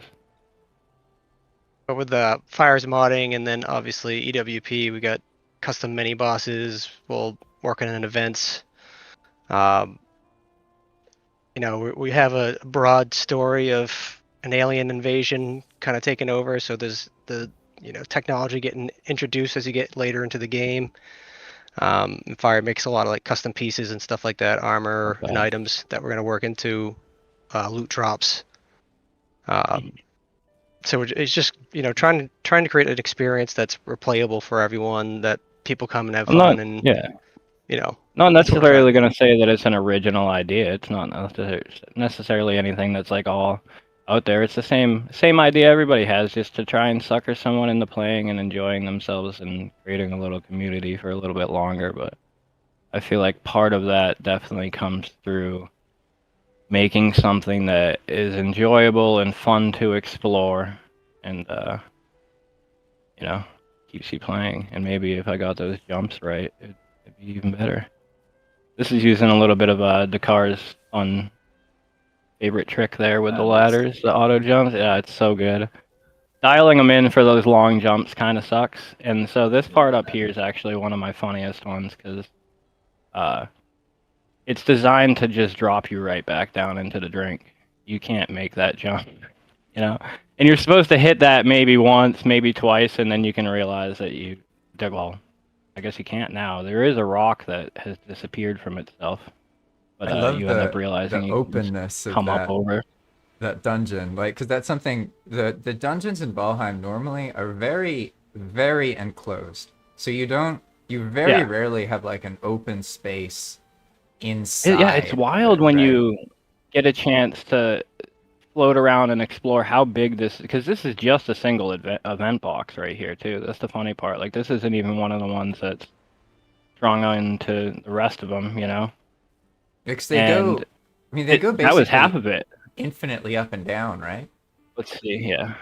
Not infinitely, but I mean, that's pretty far. the size of you, yeah. I think, and then those ones are actually connected to ones over here and stuff like that. So, is that like the render limit? 'Cause it stops rendering at a certain it may height. be. So I think that's what you're seeing. You're seeing like the end of that. Well, you can actually get to the end of it. You can float down and see the bottom of it.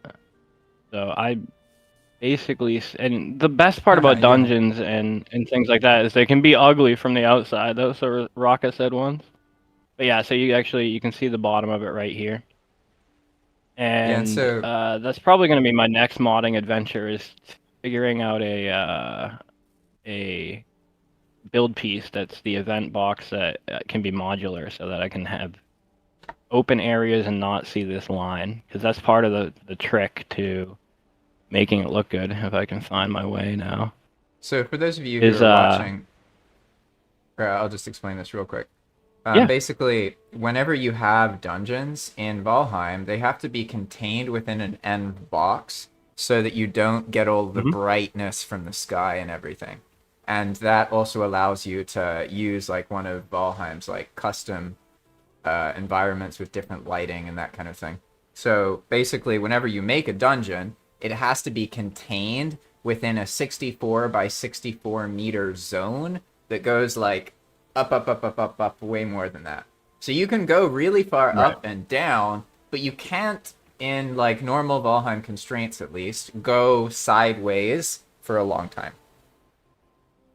Right. This is like a perfect example of that, is they're stepping in and out of an event box. So this, if you're in here and you're trapped in here, then it looks good. It looks like a normal cave. If you step out here, you lose the illusion real quick. So I'd love to fix that with my modding. Someone asked what the instance count is, and it looks like people like knowing the instance count. So if you're sharing, around here, it's not something that's been optimized, but I think it's right around 12 or 13K. A lot of that is we're right above Hobo's giant fort. So if I follow this down to the end, I just drop down to that. Yeah, coming through come here. on inside of it. Oh, I come out across from it. So, yeah, there's an entrance right there. There's an entrance right here. There's like 5 entrances altogether to that cave system, and the idea is up. I keep looking up because you lose the illusion when you realize they're in the sky. But the idea is that it's supposed to be like this giant underground network in here, and it's part of Hobo's little dwarven fort adventure over here. That, in my version of the map, he could probably share a better version than me, because this is going to be not completely finished, but it's still pretty good. It feels dwarven. I love it. I don't know why it feels dwarven, but it feels dwarven. Oh. And then this has a version of the Stargates that Steel made, which started with initially the Telepooper, or the script that Raka made, and then I made it into the Telepooper, and then we adapted it into a Way Shrine, which is like heavily inspired by ESO's Way Shrines, and then Zeal was kind enough that he made us the Stargate, which is absolutely incredible. I love it. So our idea, we also use the no teleporters or no portals. We're not going to allow players to build portals, but once you discover an area, you unlock the ability to teleport to it from other teleporters. Yeah. I mean, I'm sure Hobo is sitting here streaming. He might want to show off some things that he's built and he's worked on, because he's really, him and Con and those guys are the ones that are actually talented. I'm just kind of in the background, putting things together and trying to come up with crazy ways to optimize builds. The team effort across the board. Mhm. Yeah, I don't have too many more to show, actually. I mean, a lot of ours are, I'd say we're still a work in progress. We're still in our early phases here. I think showing off some of the cliffside village would be really, really cool. I could probably do that. Like, Yeah. just as an interesting POI, and then I could probably show off Khan's dungeon, because is one of the other things that, like I said, we're just trying to kind of take your normal Valheim experience and make it a little bit more beefy and have more substance to it. So we've gone in and taken not every vanilla dungeon, because I haven't quite learned how to make good procedurally generated custom content like that yet, but we've gone and found some of the vanilla locations and dungeons that would pop up and made them something a little bit more interesting to kind of go through. And this is Cons right here. It's Rootvale Hollow, and this is using a little bit of EWP. There's some significance to the boulder right there, and then there's like a little bit of scripting in here that just I really like doing, like flavor RPCs, like popping stuff up on your screen. They're simple, and things but they like add a that. lot. So it's so much, and I love dungeons are so good because you don't have to. A good silhouette, like you were saying, the car is mentioned to you multiple times, right? Like make it look good. The dungeons, you get the idea of making it look good from far away, but you actually get to do that from close up, just because you can't see very well. So yeah, it's so fun. And then so right here, So, I'm in Hobo, Ghost. is there something specific you'd like to show off, or to have Fire show off? I just need to know which person to put on the screen, basically. Right now, it's true. Fire. Yeah, I can probably show off the seaside village a little bit, and that'll be about it, I think. Yeah, definitely. Because Let me know when you've switched. I've pretty much showed off what I could show off here. There is like a blowy up VFX script here that I could show real quick, but that's about it. 1 second here. I just have So to the whole make sure. idea is that we're gonna have you on. Alright, you're good now. The whole idea is we're gonna have multiple settlements around the map, and so you're gonna be limited on your fast travel. So each one of these towns will have certain amenities, but not all of the amenities, with your quest givers and various workbenches.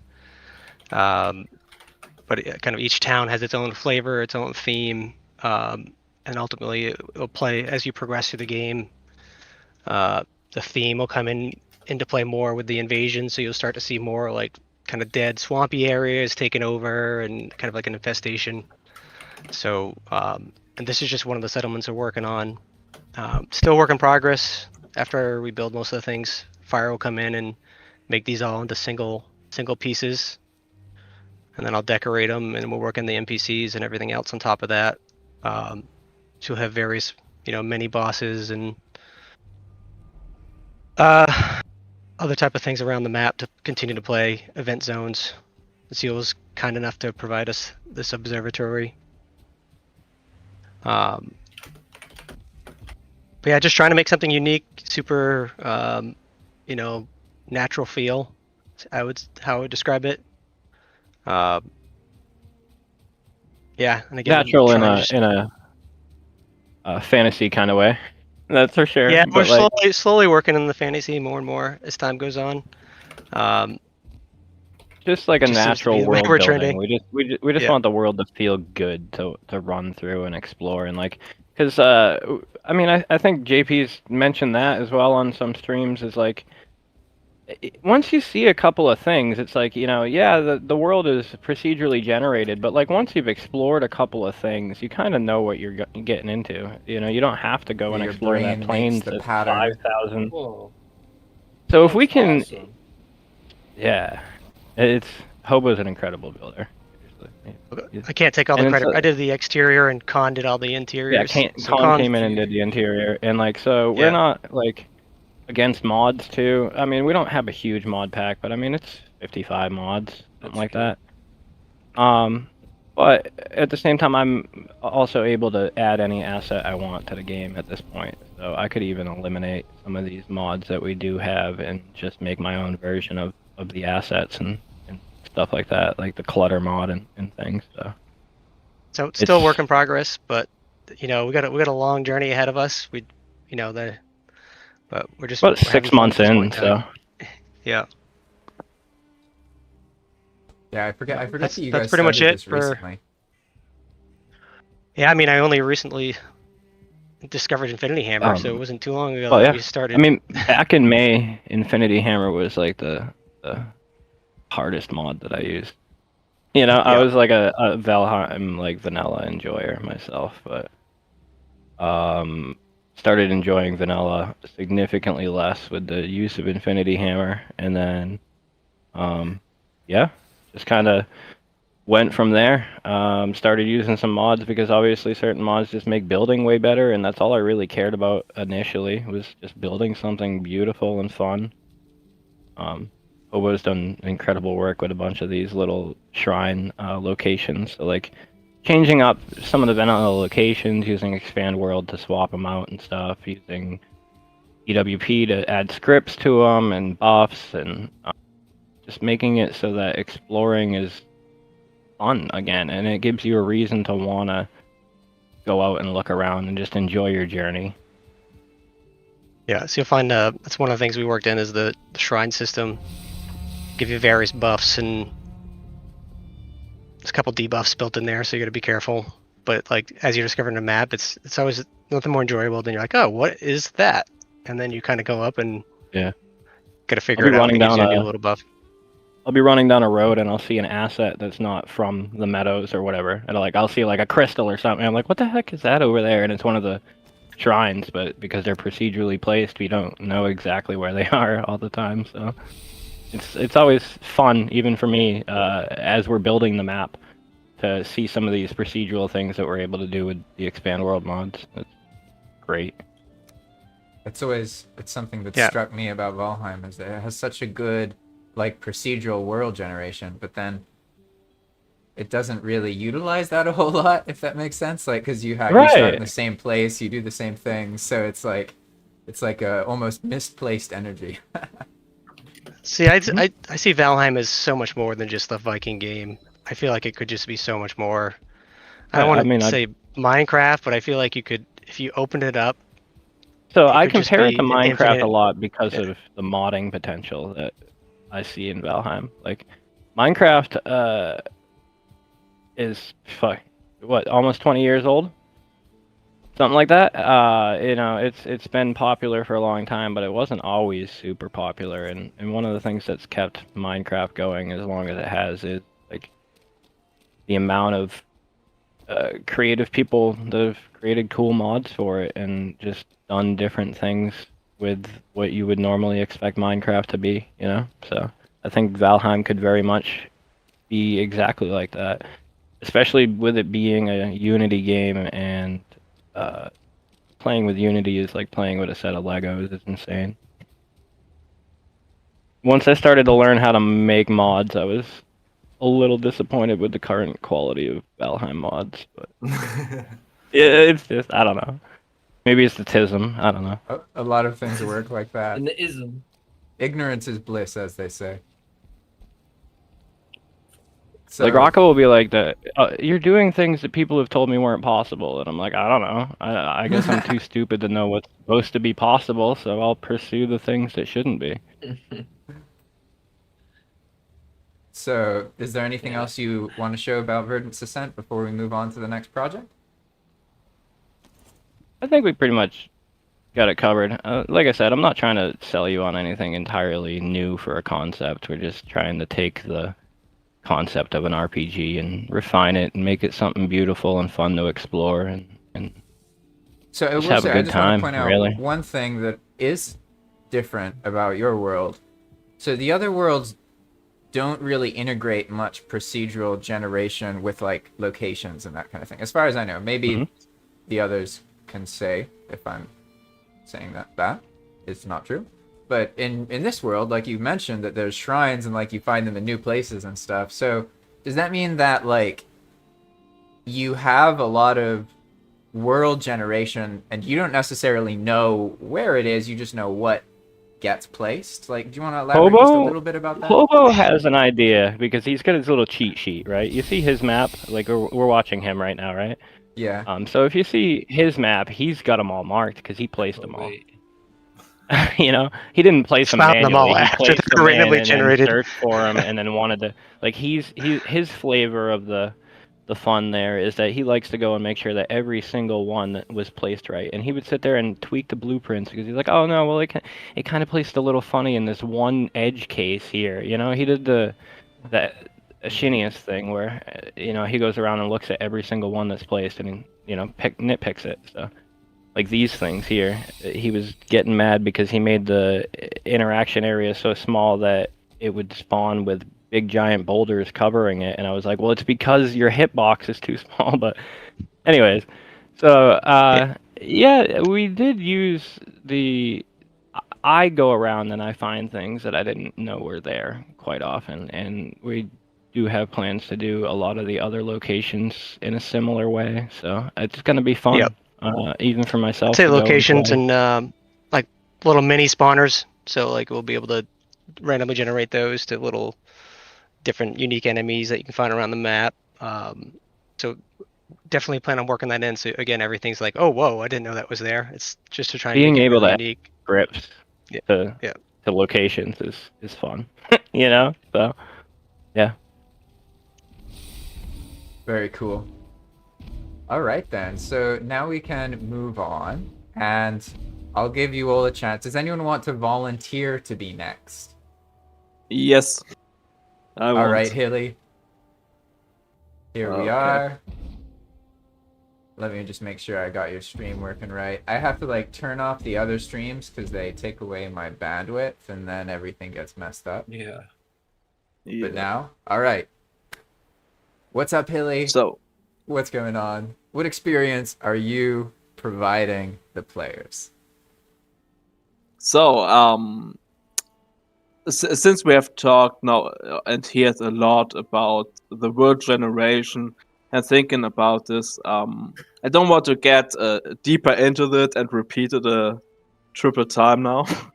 So I want focus more on the interaction between players we provide here, because we are supposed to be a PvP server. We have two different interactions. One within the faction, so people helping each other to gear up, getting the stuff together, fortify the locations we have captured, like this one. A huge bridge covered with tons of metal gates. It's a bastion now when you watch front of it. So, and this is the stuff I want to mention because right over the next week, I get a feeling in Valheim I had for very, very long time not. And this is the meaning of doing something. Like, we all love Valheim, and the essential thing we all want is we want more Valheim. So we provide our own stuff in the way we just created, but at some point it will come that we feel this emptiness. So for what more? And here I finally get it back because it's in the community to gather stuff together stuff because we have a enemy. And it is kind of what's the word for this? Yeah, because we have a own goal, we have to work together to it, and It's an amazing way for you guys to encourage like engagement. yeah, exactly. We encourage People our play solo? stuff. No, they are actually, most of them are hooked into the communication between the faction because because we need to interact with each other to be able to come forward. Like, So and if Sort of like a big if none of the other battleground. members of the faction are on, if none of the other members are on, the person can't play solo. so Oh no, so they can, right? They're just part yeah, of the faction. yeah, exactly. Or They're part of the faction, so basically everybody could do their own stuff they like to do because we're providing here a lot of stuff. Like you could do the basic Valheim loops of mining methods. Then some special stuff like doing quests. Oh, okay. And also we have special dungeon locations. Oh well, here we go. That all favors one thing, to make your faction stronger. And so we have a lot of different players in the factions. Like some just like to explore, and they probably get lost into the questing stuff. What ends in that they provide the faction a new opportunity to gear up. Like they unlock new recipes for weapons, armors, and food. Then we have players that like just grinding. They love to they're just sitting around doing a massive field. Okay, it's winter right now, so nothing is growing. But yeah, we have a dude, he's lining up thousands of barley, and he's like the backline of our faction. That's amazing to see how it works because yeah, in normal Valheim you do it and endlessly and you gain nothing from it. It sounds like exactly So what you were hey, just Hilly. talking about. Yep. Yeah, it's such a So- cool. I could add something to kind of give a summary to what Battle for Valhalla is.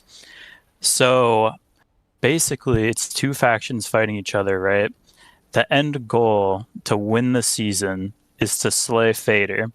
So it's kind of like an arms race and a bit of a race by itself to see who can do progression the fastest, who can complete quest lines because the bosses are connected to a large quest line, which is really epic. A lot of lore involved. Just, it's so amazing. And so you don't want to play solo. Like, I get it if you're the only person online, sure, you'll do some chores, you'll do whatever you want, do some questing, but you want to be a part of the group effort to kick the other faction's ass and slay Fader first. Everybody on the server that's joined is just so involved, asking questions, asking the leaders what they can do to pitch in to help their faction come out on top. Like, territory control is so important, like Hilly discussed earlier.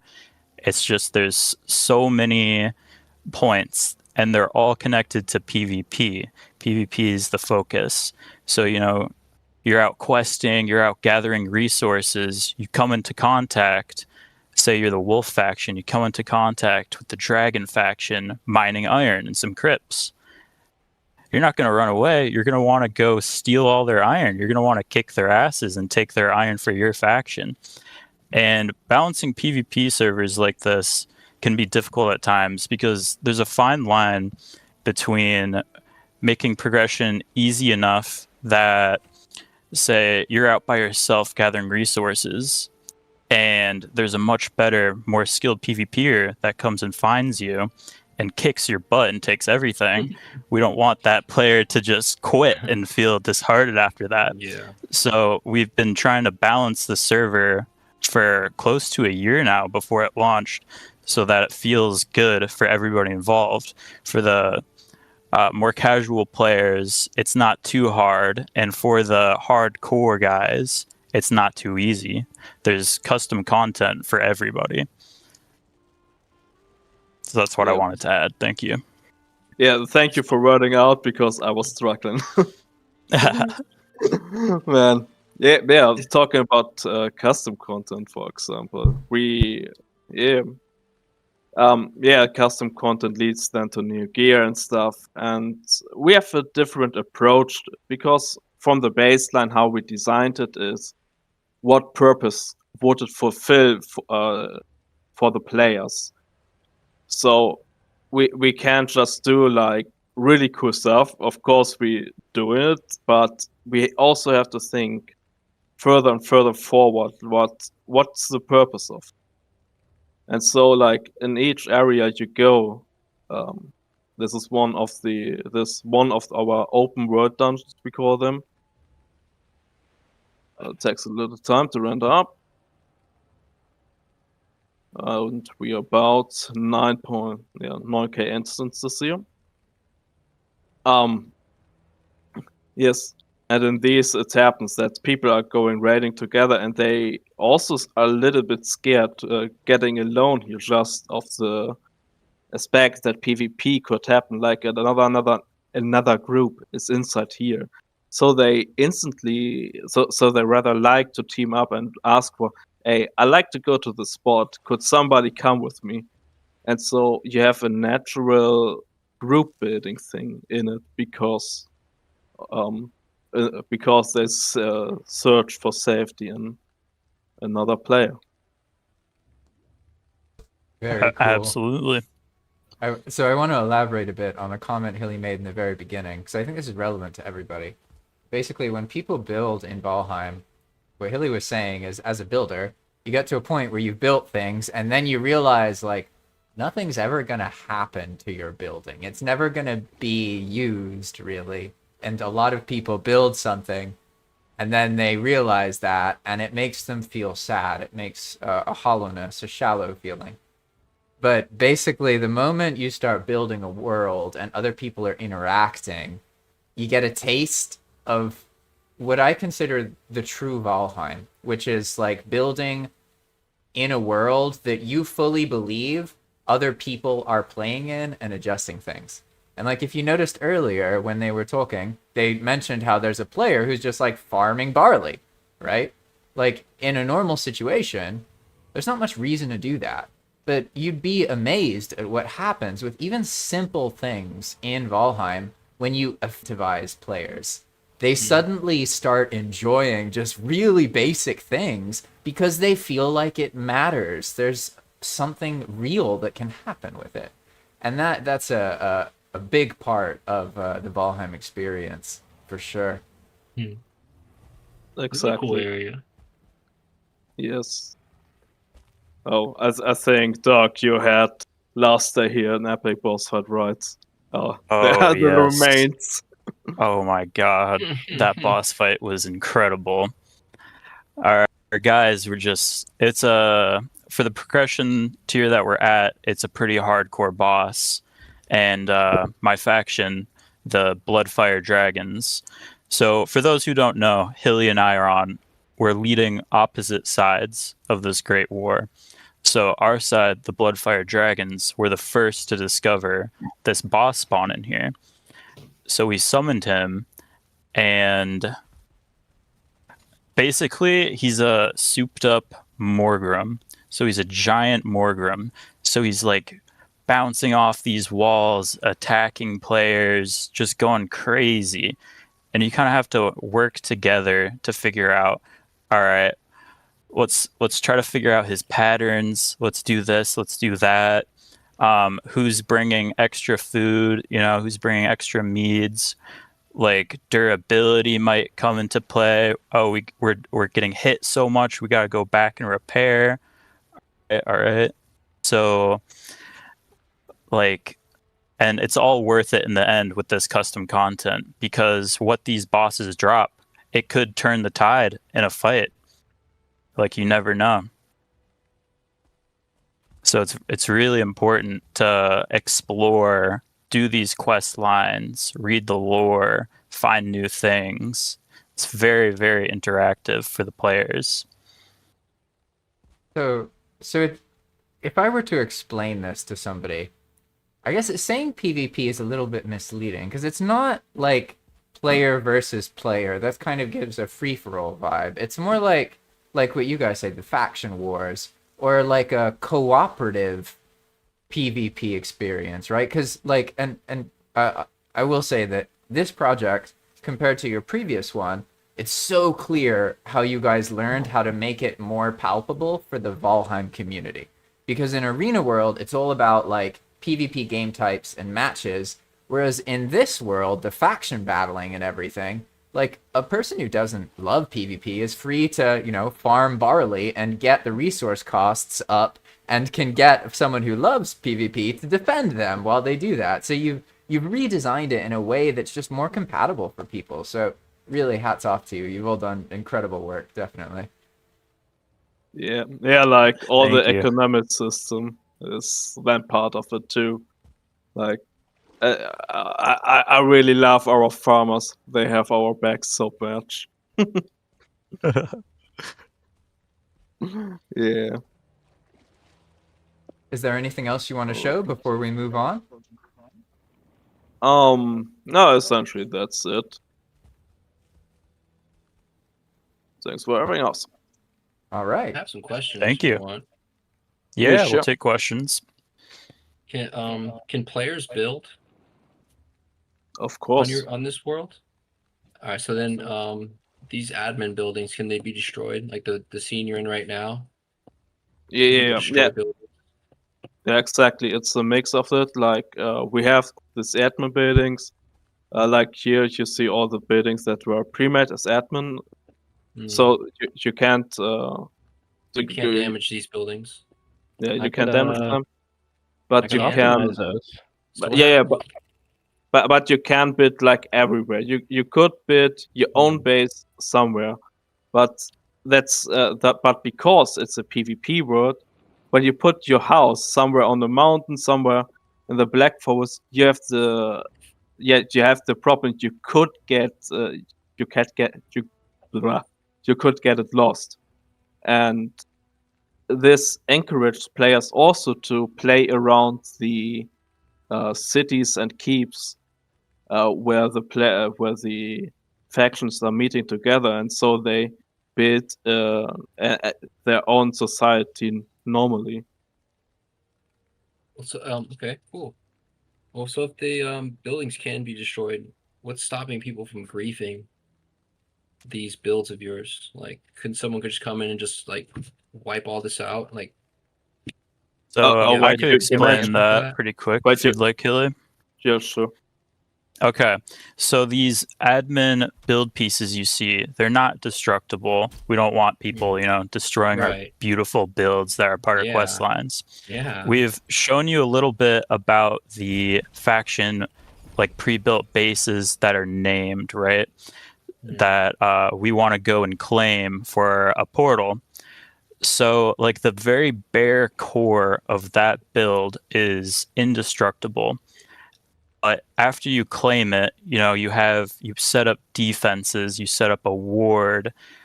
We have custom gate builds that can only be damaged by siege weapons, things like that. So technically, yes, if the enemy faction comes to your base and you don't have good defenses set up, everything you've built there can be destroyed or taken over if you can't defend it. We have it balanced so that, one person defending can't be raided by 10 people. Like, that's just not a thing on the server. And we're still trying to balance it because it's only season 1. We're finding, issues and fixing them as fast as possible. But that's kind of the gist of it. Like, the base itself, like the pre-built, is not able to be leveled. So you can't, like, foundation wipe a person's base. And there's many bases around the map. So if you lose one, you could retreat back to a different base. It's, build up you know, its there's core. so many tactics, you know. Do we keep all our loot here at this one base? Of course not. It could be taken over, you know, in a day. We want to spread out. We want to claim more bases so we have more points to fall back to. It's I like that. it's very involved like that. That's a good answer to that. Thank you. Just progressing through these fightings, just progressing and capturing these zones, these fight zones, lead to Fader. Yes.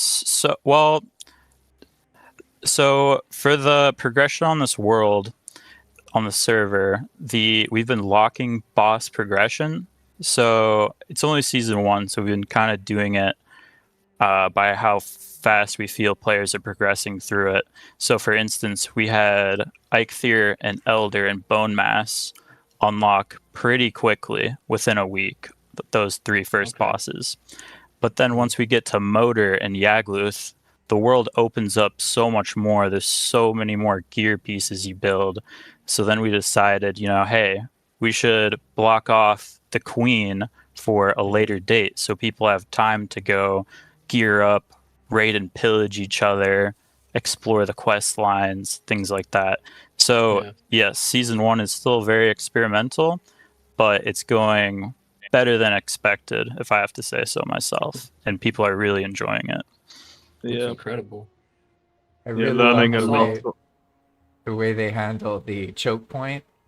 So basically they have this like really awesome bridge that you see like in the background before you get to it, and then like you later learn that like both factions have to go to that same narrow long bridge to do the actual end part. So it like makes this thing where like if the other faction gets it first, you can wait for them to ambush them to take like the end piece, right? Because you don't just have to kill Fader, you have to get his trophy and then like return it.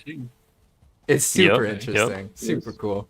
Exactly. Wow. This is the altar of Fader, and this is the super long bridge. How long is super long? Super long. Okay. Yeah. It's when you have to walk normal on it, it would take you like 2 to 3 minutes. Yeah. It's got a really good reveal, like because you see it from under looking up. Yeah, sure. Like, hey, Hilly, do you want to show them Frosthold and why it's important to have that? Okay. Yeah, sure. What always gets me is the surrounding biome area. Yes, you know, up the mountain to the side there. That looks dope. Yeah, as you have just seen, this is the bridge leading to the altar of Odin, where you have to attach the Vader's trophy. And right here is one of the castle structures that provides your faction with a portal and a nearby spawn to the bridge. So while it was on the early game and even in the mid game, it becomes more ignored. Just as soon silver drop, we don't really use this very much. But now the later the game goes, the more important it becomes, because we realize we need control over this bridge. And so cool little mechanic. The arm is rising over there. And it's now I also saw a bag. Is there bag drop enabled? Every time someone gets killed, they lose all their gear, or oh yeah, about have to start over. No. So I could share real quick. The way we have it, when a character dies, you don't drop any of your equipped gear. Okay. So that'll save you a lot of time getting back into the fight. But any extra resources, you've been farming up or whatever, if you have like a bunch of extra weapons, like on your hotbar, when you die, you'll only keep the one equipped like in your hand. So there's a big incentive to go out and kill people, because if they're not smart about it, you could get a bunch of their gear pieces, and it'll help you and your team out a whole lot. Nice. Man, this looks incredible. I love that bridge. It's insane looking. Thanks. Yeah, this is also something learned over all the years now, Valheim. Using Mhm. like when you want to make some cinematic look in the distance, you have to know what pieces to use because Yes. they have all different render distances. Yes. Yep. And for that purpose, for sure, like this are now the rocks you find in the heath. Yeah, Heath Rock Pillar. Yeah. They have the longest render distance, so they're easier when you want to build something big or just showing something in the distance. Very cool. Does anyone ever Awesome. get that little bug with when you place two bases of the Heath Rock Pillar too near to each other, the other one it disappears? You ever Yeah, had that? I hate oh yeah, that. There's a way to get no, around that though. You put a floor in between, and then you just pick it up with Infinity Hammer and just scoot it over. What can I copy them right now? Yeah, I can show. I can show you exactly what you mentioned with it. Yeah, Like, put one down and then just put one right next to it. It'll delete the other one. I wonder why it does that. I always wondered why. Oh damn! I'm not in the right. I'm not actually in the right setting. Yeah, but I know. Like when you have like this, and you want to place like, perfect that. Yeah, but when you place like one very close to it, it's. Oh wait. Usually the two bases, I feel like. Oh wait. If you meet the two bases together, it just never works for some reason. You got to put something in between them, like a wood floor or something. Could you turn the TO date, the time of day, to daylight? Yeah. Just in general, by the C. way, whenever anyone's showing anything, try and make it as bright as possible for the video. I should have said that earlier. I forgot. Good notion. I think you mentioned like this with the heat. Yeah, now it disappears. Yeah, see, hate that. Yeah, exactly. And this are fixed here with when you rotate the heat over, like you then you can make it like all the pieces, like even this big ones, they have just one little tile that counts as their piece. And when another one of them is right above them, then they disappear. So you have to move it slightly to the left, right, so it doesn't happen. Very cool. Seeing this bridge on JP's stream was what inspired me to start messing with LOD settings on the blueprints I was condensing. So I have a lot of things that are set to come out of render distance way further than they should. I gotta pick your brain about that later. That's so fun. I've been having crazy, a blast. I mean, being able to make things few instances is very useful. Oh yeah. Powerful. Who wants to be the next? I can go next. Before I want to be before Dakar's project because once Dakar show, everything goes after seems a little bit too. Oh too yeah, I have to small. load up the giant blueprint. Yeah. So I definitely want to go before. I had a Dakar's feeling you would say that, so I was gonna ask Dakar first, but then I thought, it sucks for Dakar too because he's one of the later people, and now like everyone's like, nah, he can go last because he's got the coolest shit. Yeah, because comparing to my coolest thing is one of Dakar's blueprints. Honestly, that's the coolest thing I have to share later on. Like because comparing to Dakar's project, my project is now in a stage like a very early stage. So comparing what he has been working with and then already put it on a live test server, I think I need to go first. You've got so much skill though. Honestly, your project looks super cool. Yeah. Okay. Right. And I'm also feeling like that same kind of feeling compared to some of your guys who have like been working on it for years and have existing active players and all that kind of stuff. So yeah, don't worry. Okay. So yeah, to answer the questions, JP has been always asking what kind of experience do I want to give to my players to join my server. I think it is almost the same like how Nan and Fire Hobos talk about RPG experience, but I think a little bit more for my own vision.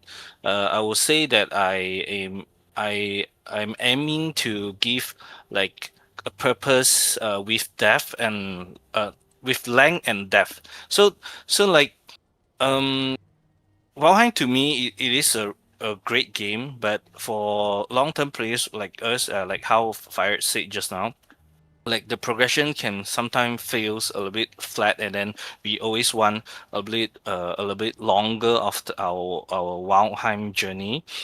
So, like with this project, I really want to like add layers of progressions, not just like materials and stronger gears. And then once you already know all the tricks, Left Half also mentioned that like you already know how the progression goes. Then every playthrough that you play on Valheim, it is almost the same. And then you know all the tricks. Then you can actually like cheese the bosses and not doing all the grindy works like that.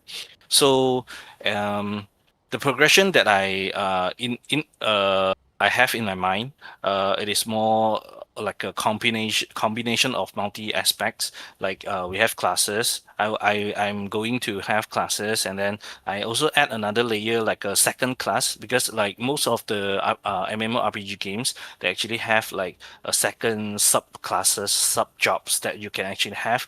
I was planning to call it professions, and then we will going to definitely gonna have quests, because we need quests to like uh direct people to go to certain place or do some certain things.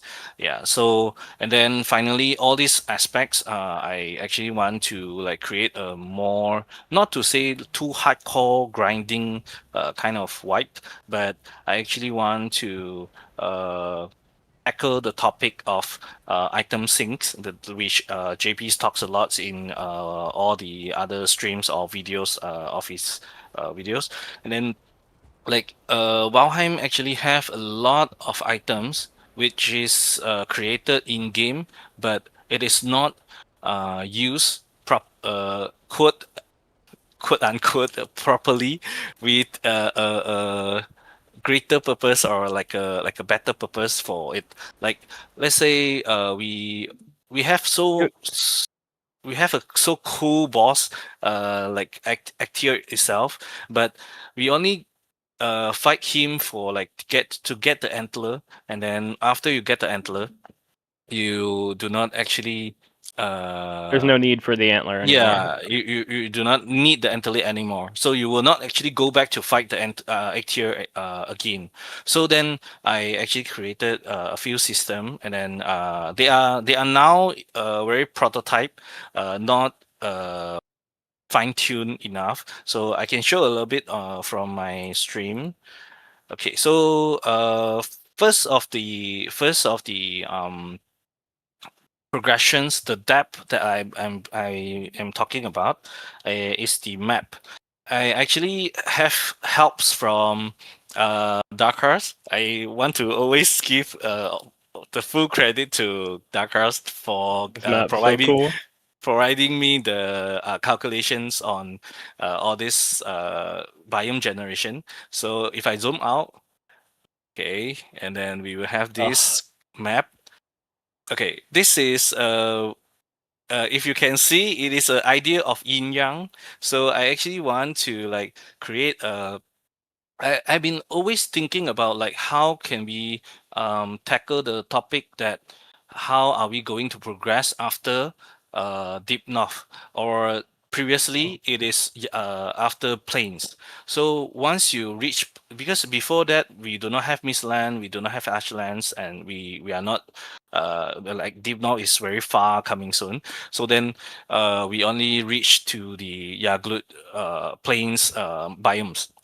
So I've been thinking about this topic to like, how are we going to tackle the topic after the whole Valheim journey? So then, one day, like 2 3 weeks ago, just very recently, that I have these ideas from stucking in a traffic jam, and then I talked to Dakar, says that I have this idea, see whether like I wonder whether the world generation that we have in EWD, expand world data mod, that if it is possible or not. Then he brainstormed with me, and then he actually gave me all the setup and the parameters figures. And then we have this map.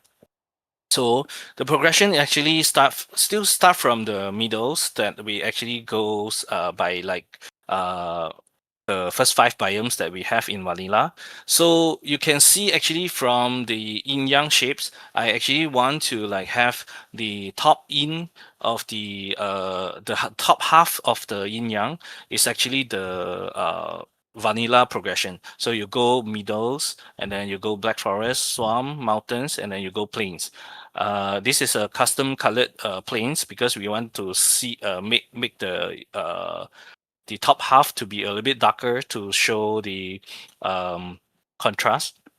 Okay, so it is also somewhat similar to Nan's idea that I'm actually creating a different world in one world, to be like, this is the starter town that you progress from here until here, but you cannot literally like just go from plains to the other half, because you have to it is supposed to be have like two main towns. So one will be the like say starter town, then this is the next town, then you will actually have to progress all the contents here, and then you will have to go back to the starter town to activate something, or maybe like to have a achievement in quest, and then you unlock the progress, then you can actually teleport from the starter town to the next town.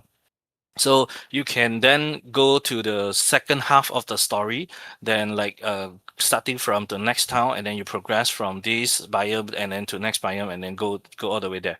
And then yeah, so basically the quest line of the whole concept is like that. Yeah. And then this is one of the custom biomes that I have working on like for the past weeks. It is more like a desert Zeal biome. did way better with custom generation than I did. You mentioned that I was one of the projects that you first saw with it, but Zeal's done some incredible stuff that he showed me with the custom generation of his biomes. It's been super inspiring. Thank you, thank you. So all these trees, custom trees, we were built hand built, and then we use the expand world data to actually put it in to categorize the blueprint as vegetation, and then we generate it to the biomes, and then it can see all these small cactus like plants.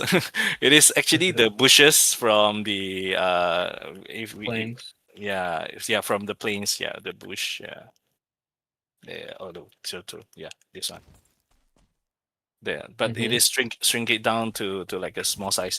And yeah, all these custom plants, I got inspiration from one of the great builders from VA communities, RVs. I believe he is also on the stream. Yeah.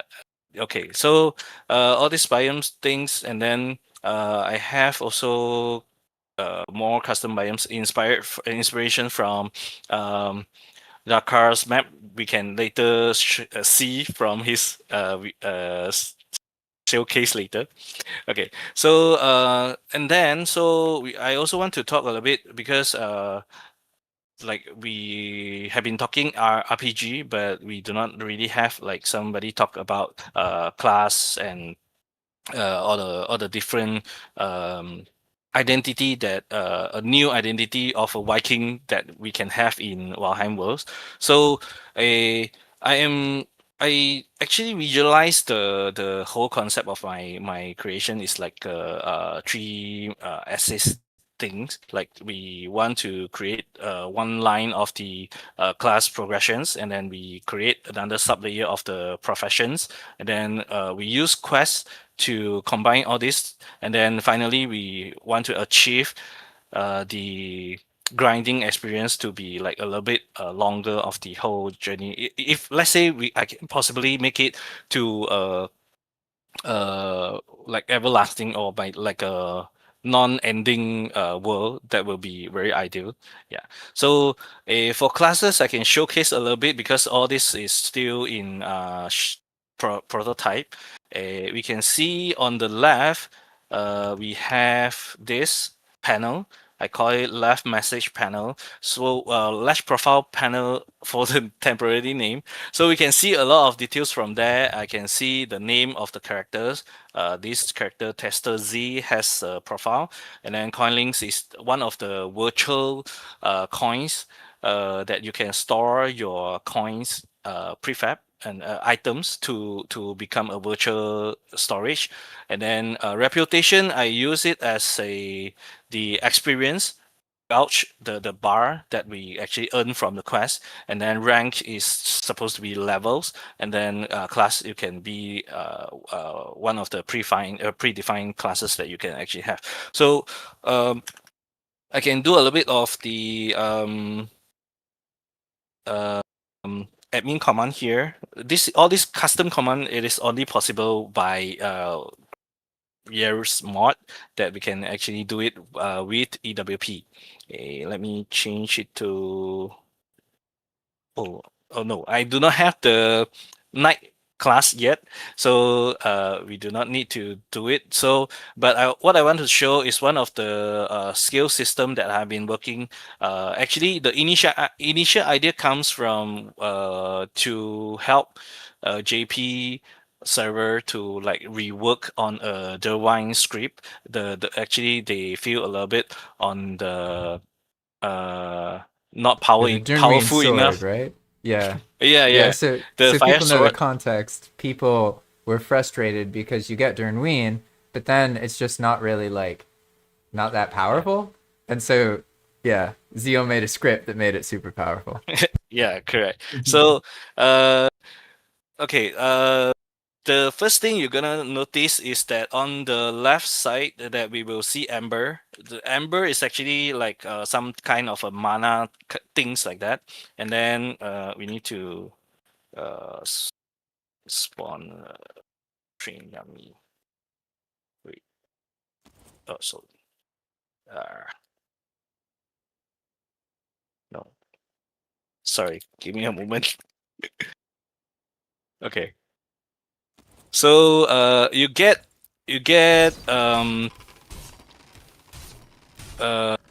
you earn amber by successful melee attacks on any creatures, and then so we can skip the progress to earn that. So I can get it to 3, and then you will see that I have 4 embers now. I can actually cast a skill from the attacks. So one of the attacks from the Divine script is actually a spinning sword skill. Okay, let me showcase that. 1, 2. Yeah. that's I love this just one. spin. Yeah. It could Okay. use a couple more effects. Yeah, but you know. Okay. No, I'm just messing with you. Yeah. So and if we do like a full ultimate skill, then it can goes like this.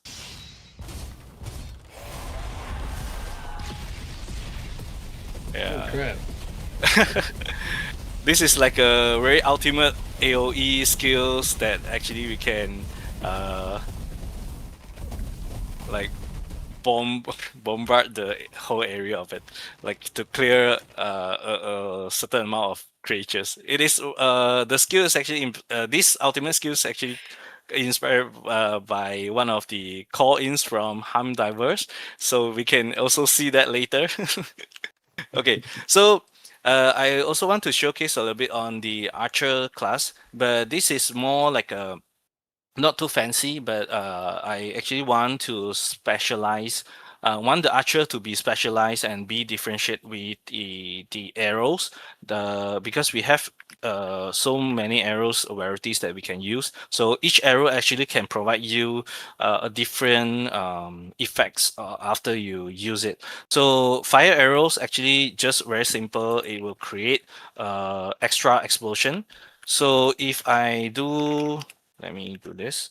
Okay, so if I do not process archer skills, the normal fire arrow is just like that. But if we have the classes, and then yeah, there. I actually create a slight delay there to better show you, because it's supposed to be instant. So you can see there's one extra explosion there after you fire the arrows on the enemies, and then frost arrows, it will create some kind of lightning. Just a little bit of the.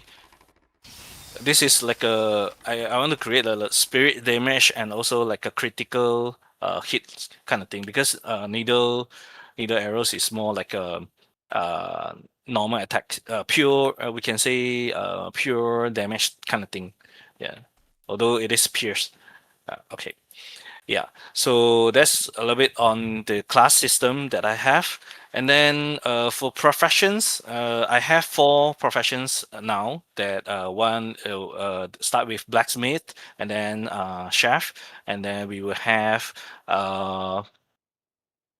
farmers, and then also alchemists. Okay, so the approach that that I go with for professions is actually more like production kind of like, are you an expert in this skill or not? So like supposed to be in if you are a good blacksmith, then you can actually produce the materials, the crafting materials without a miss. So what does it mean by that? Like we can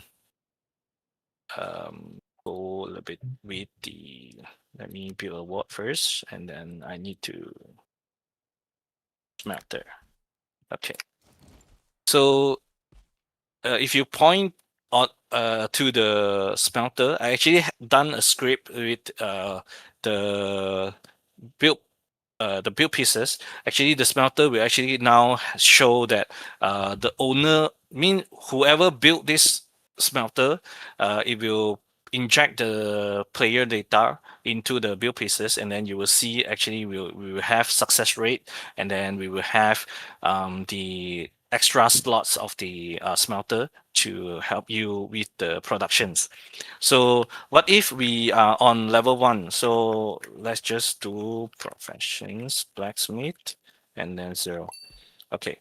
So if we are not with the profession skills, and then you actually be restricted to build any kind of related the build pieces, and then the workstation or the tools that you're gonna need for the professions. So it creates another depth. Like I want to create a matrix. Like if I chose to be knight, I can also be a knight farmer, instead of like a typical impression that Nike's supposed to go with like a armor gears kind of things like that. And then we can have Nike's farmers, and then we can have maybe Nike's alchemists, and then you can craft better potions for the server. Because I also want to emphasize on like encourage the people to, I mean the players to be more interactive in economies and tradings and all this interaction between among players. So I actually want to create the demands and supplies kind of system in the world, so then we can actually have all this interaction in between. Yeah, we can also go like fermenter is for alchemists to brew better potions, and also if you have better alchemy skills, and then maybe 6, and then you actually have a better success rate and also shorter duration of brewing the potions and meats. Yeah, things like that. So quest you can see from the left side. I can. This is one of the previous playtests things that I've been doing that I can actually show. I mean, like the approach that I used is not using NPC marketplace NPC, because I actually want, like how JP explained just now, to also have some varieties of maybe or should say options for players to join. Like maybe they want to be not heavily modded. Uh, due to the mod pack size, all this kind of concerns. So I pretty much do it all in EWP mod, expand world prefabs mod. So using that and leverage on that to minimize the mod pack size that I'm going to have. I am aiming like to maybe have like 20 to 30 mods only. So the cores will be like that. And then so people can join without like the concerns to like concerning about heavily modded mod pack. And also lastly, I want to talk about like a little bit on the towns contributions.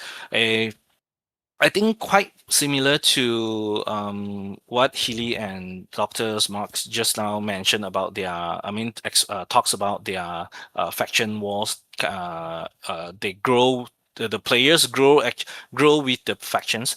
I actually have a similar system to that.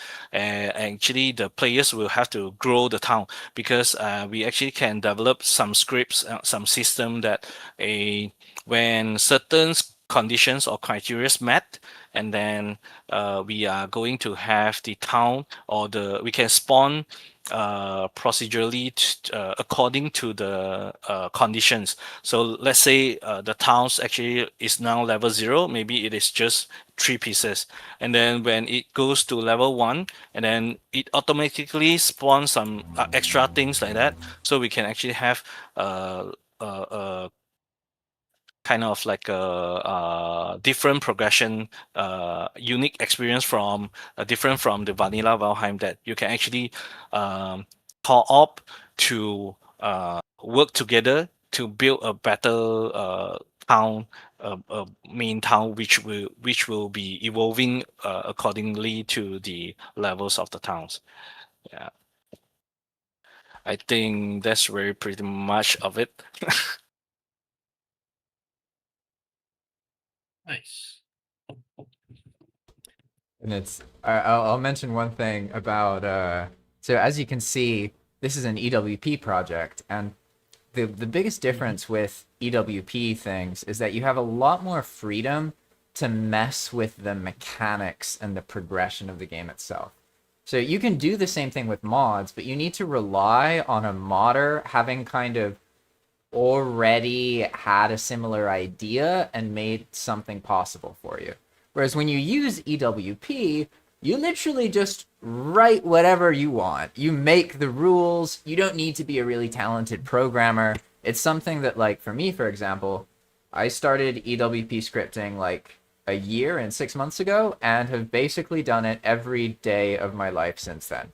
So now I'm very comfortable with it. But before I wasn't, definitely. And it's a wonderful thing. Like as you saw with Zeal's the sword, and like you can add extra attacks, you can make the server track the player and do special things based on that player's progression. You can save keys and data to the server so it remembers things. Oh, awesome. And look at it. You want to talk about your variants? Yeah, I forgot about it. Yeah, so I also want to talk a little bit on the custom creature variants that I use EWP to achieve. It is basically you can say a rework or like a replica of the CLLC mods, which is by Smoothman.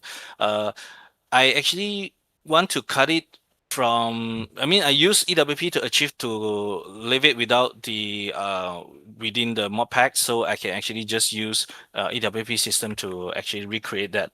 So basically, it is very similar to what it has right now. So Cruel supposed to be have like extra attacks on the creatures, and then Tough extra HP.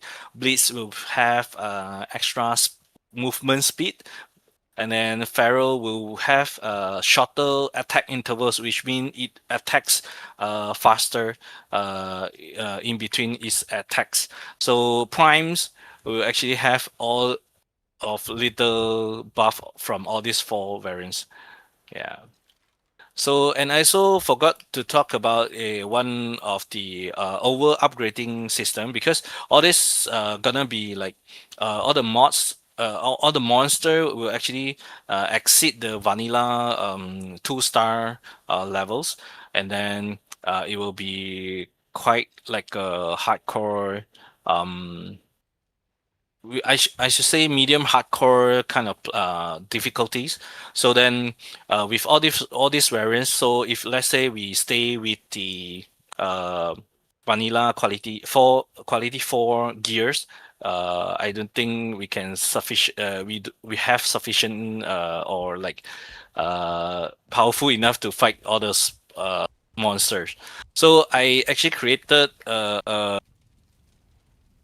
over upgrading system, which is also inspired by JP's one of the JP's systems. A He has a empowering system in his Anima server, which players can actually build coin piles or treasure piles to actually and then to hire a blacksmith NPC to help double the quality of the gears. Yeah, so I actually replicate that into a custom workstation, and then you can see from here, it is you can use the lever to actually to set to and then unlock this chest, invisible chest here, and then you can actually open it, and then follow the instructions. You have to put your gears identical beyond quality level 4, and then okay, let's just spawn a little bit. Maybe Oh no. yeah. We can do 4 and then no. 10. 1. Oh, no, I need to get 10 of them. 4. Yeah. Because I want to show what happens after level 8 and more. Okay, so we can see here, and we can do put 2 level 4. It's because to match the instructions. Yeah, and then now we can go to the. You can see also from. This is also That's all cool. event EWP powered. Okay, now we can go to the cost chest, and then we can put in the cost. It will cost you 7 bloodstones, and then set the level to center. Okay, now input the command and watch the sequence. Yeah. There. Okay, so this is a successful scene, and then we have a 8 level. So let's just do. Oh no, I can actually. Okay, let's just do. It will goes always double. So 4 plus 4 it will be 8. 8 plus 8 it will be 16. That kind of system. So we can go 64. So we have two 64. Where does it go? Actually, you can't spawn a 64. You got to use a quest to do it. Never mind. We can use the world edit command to do it. Go find, and then amount to level 64. Yeah, there. Okay. So we have two Oh, wow. 64 bow, and then we can do the same process. Okay, let me wait. It's gonna be OP, dude. Yeah. I want to see the attack level on it. 128. Holy crap. Okay, so now we can go to the bloodstones. Okay. Okay, so when it is above, if I'm not mistaken, see whether do we have the luck to see it happens. So it actually have chances to fail, and then it will consume the food weapons that you input. We Because we input two identical weapons there, so means that one will be the main, and then one will be the quote unquote food weapon to feed to the main, and then it becomes combined the quality, so it has chance to fail, and then if fail then you will lose the Okay. yeah, let's just see. What's the chance of fail? Oh no, this is a success. Okay, let's just try higher. I think if I'm not mistaken, I put it like 50%, and go lower once the level is higher. So it goes until like maximum is one quality 1,000, if I'm not mistaken. But I can check the state later. Let me do this and then. So I'll give them some Okay. context real What's the quick. attack value on a 128 level bow? see it? 413. Jesus Christ! Is that This is balanced or? but if compared to I have tested with that. If let's say for the current difficulty of my monster now, 128 is rare, like just right there enough to fight in solo mode. Let's say if you have companions, then it is a little bit of overpowered, but we can actually do it, like make it more balanced afterwards, because all this is just prototype, so like I just want to Right. like have the Testing. yeah.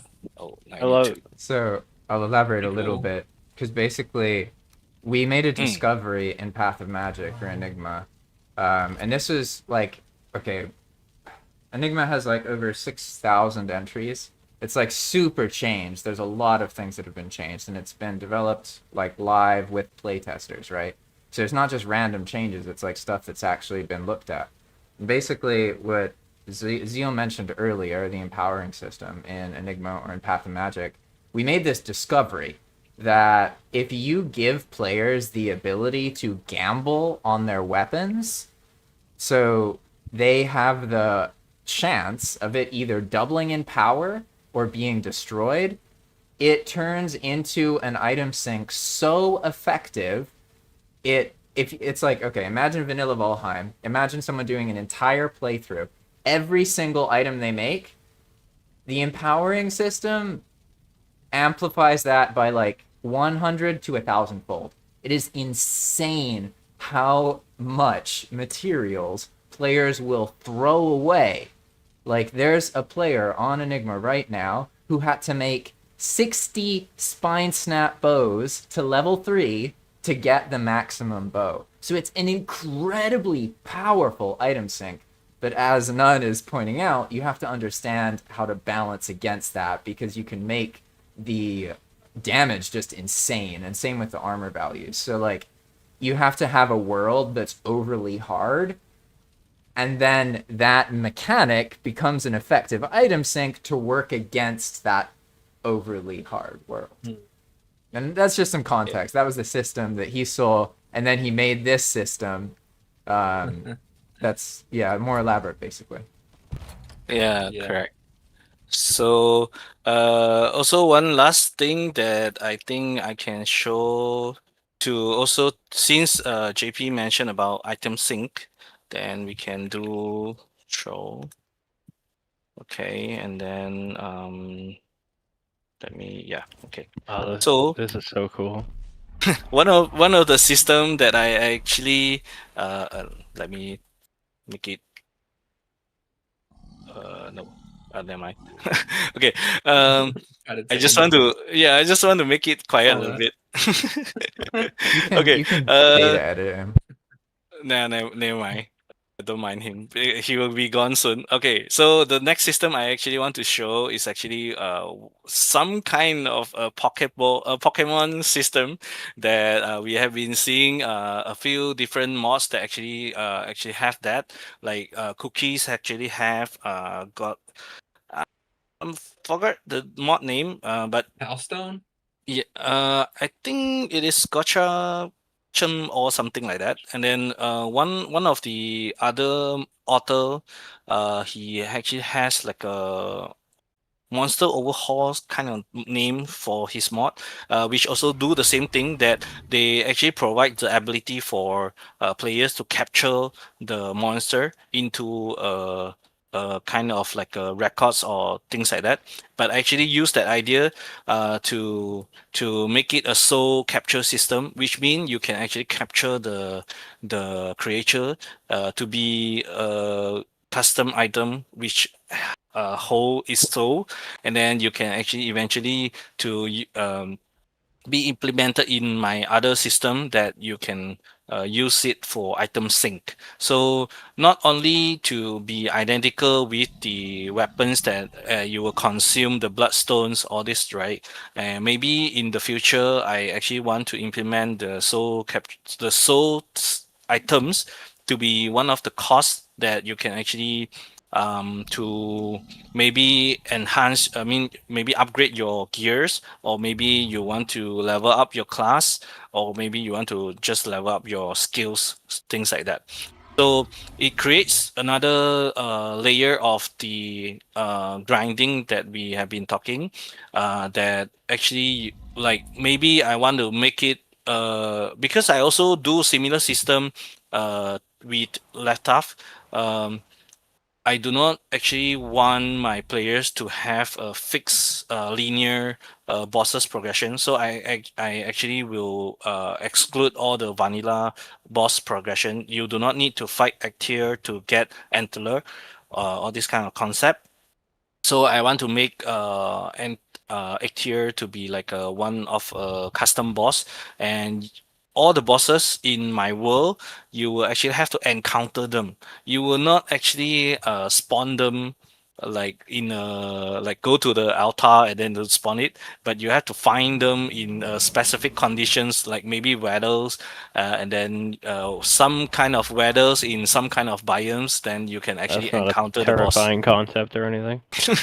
Yeah, and then once you find the boss, you will actually try very hard to actually kill the boss, because you do not want it to be escaped from your sights. And then because you will actually need to either get its drops or capture its soul for your maybe advancement or progression, or just for crafting materials, things like that. So to also from there, we can also create create the economy, the ecosystem that people actually get different materials in random occasions, and then people, what you have, I might not have it, and then what I have, you might not have it. We can trade, we can buy and sell, all this demand and supply ecosystem thing. So let's just show. Let me, yeah. Okay, so do the command, and then you will enable the soul capture mode, and then using the block boom new item, and then you can actually do like this. There.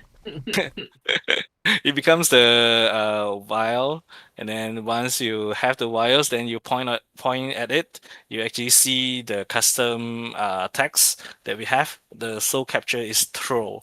So you can use this as a custom materials to upgrade your gears, or whatever system that I mentioned just now, and then, or you can trade it together among the players.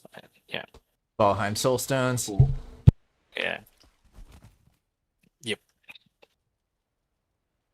Yeah, I think that's all about it. Very cool. I love the Super. script you make, Zeal. It's really awesome. You're definitely Thank very you. humble, but you're probably one of the more comfortable scripters at the moment. I mean, I'm sure there's people who use EWP and aren't public, so there's people like we don't know about. But Yeah. I think EWP is still pretty new, to be honest. So I'm not sure how many people really are that comfortable with it.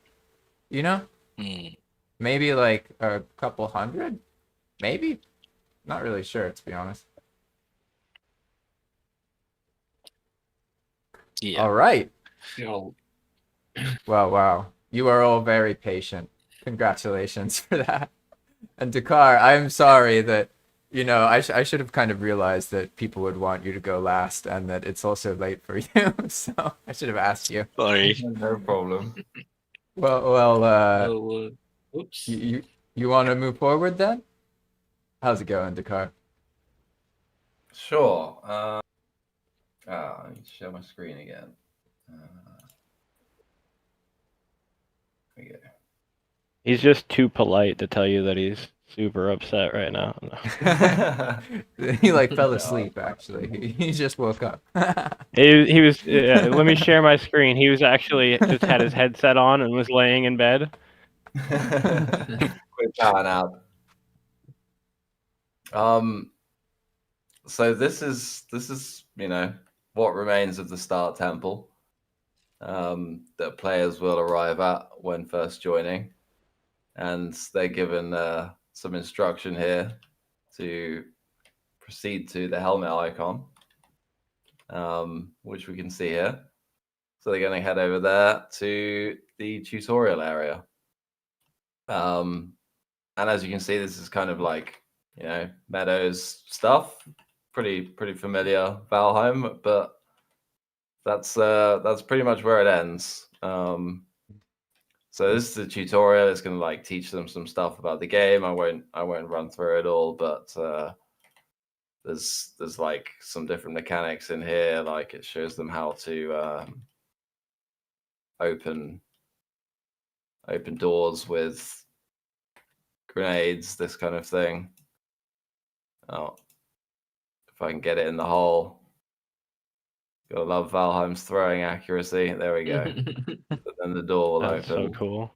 And progress through, read the instructions, yada yada yada yada. So they'll go through the tutorial. I should explain actually whilst I'm here.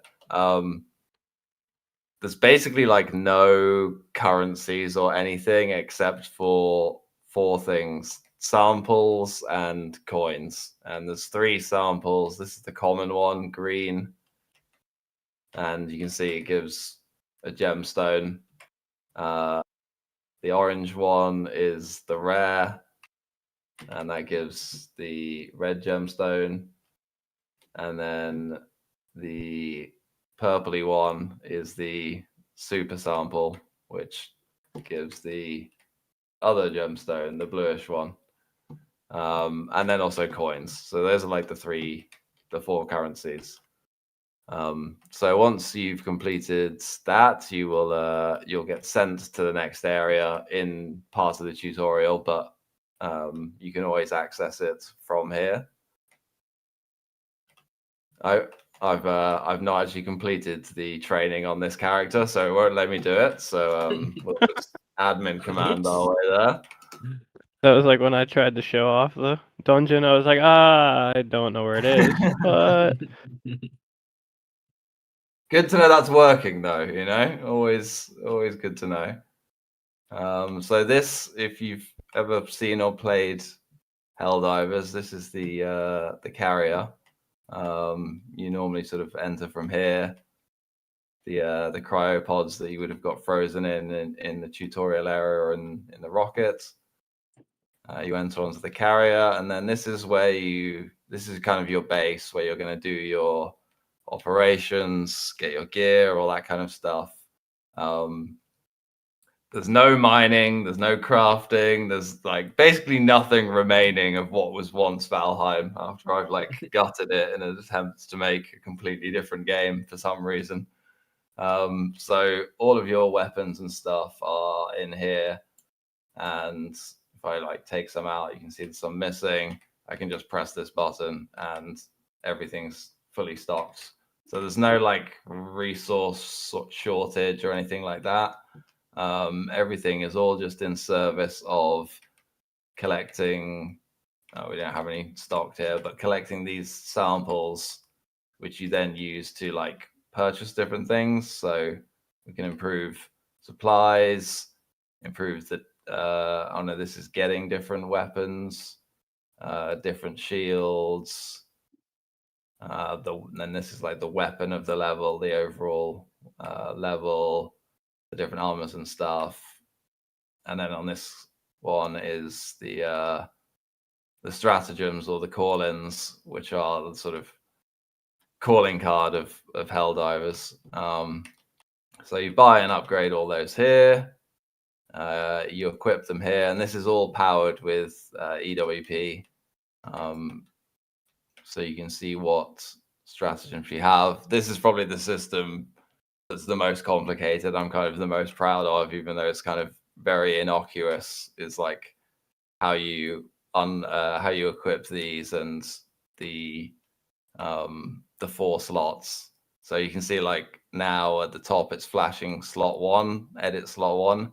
So I can see that's the next thing that's going to be overwritten if I pick something else. So if I just input one of these, it's now equipped that top one and overwritten. It's now showing it's going to overwrite slot 2 for the next one.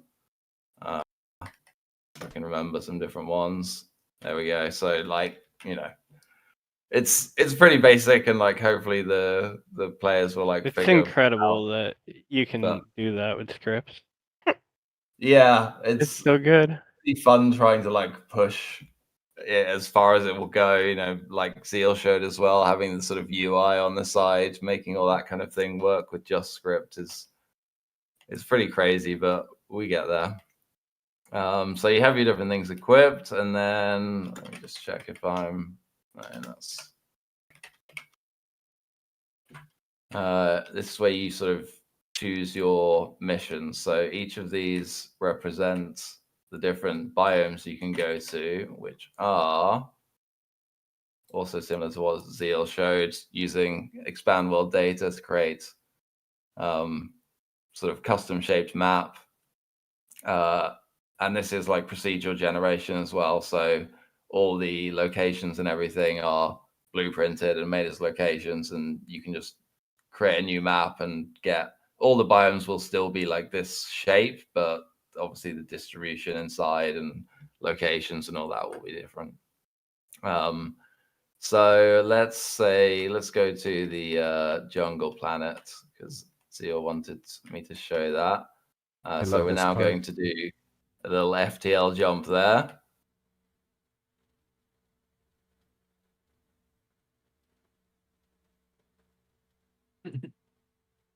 And you can see the environment has changed as well. I don't know if I've got sound on, actually. I don't.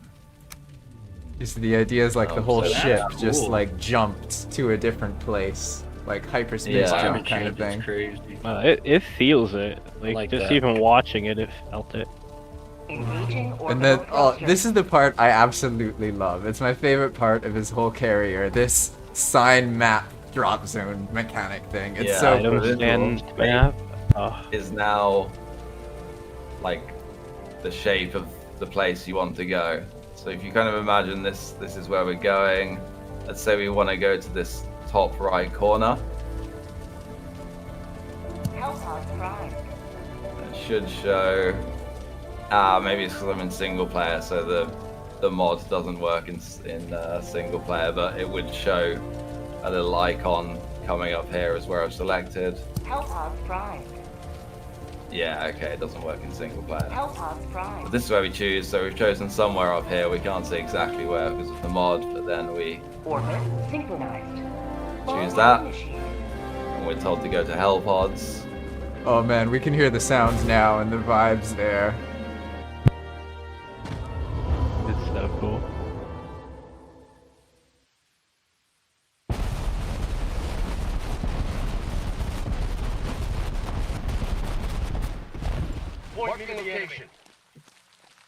And hopefully we're somewhere near the top corner.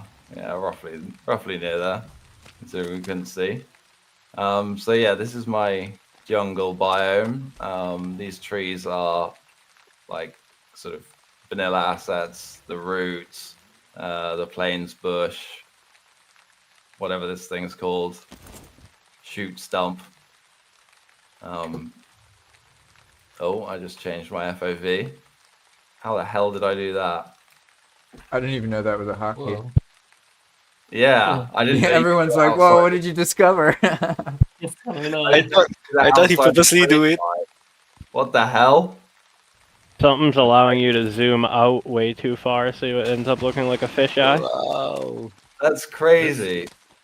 That's kind of cool. Okay. Yeah. Well, I'm never gonna get like hit in the back by a grey dwarf again, you know.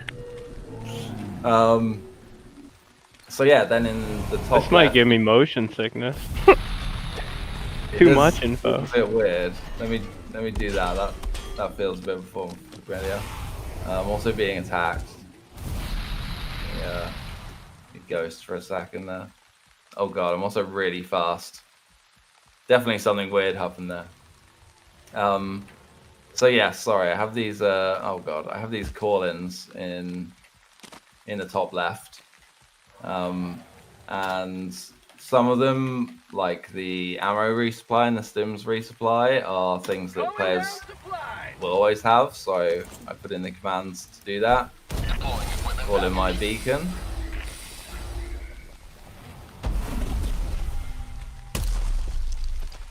And I get a fresh set of foods and potions and things, or I can use the ammo.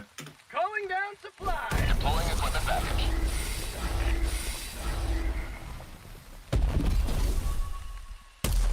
You can also say I got a rested buff from using stims. Do they crate. damage when they hit? Yes. I know that because I was doing the tutorial and I got killed. I've tried it. I was gonna say I really hope they do. Yeah. I was like, what happens if I stand in that? Boom. Yep. Don't change that, man. It works. I like. I feel like it's very Helldivers to just allow you to die to that. And then we've got some of the more offensive ones. Oh, the damage text is so good too. Yeah, this is my favorite coin.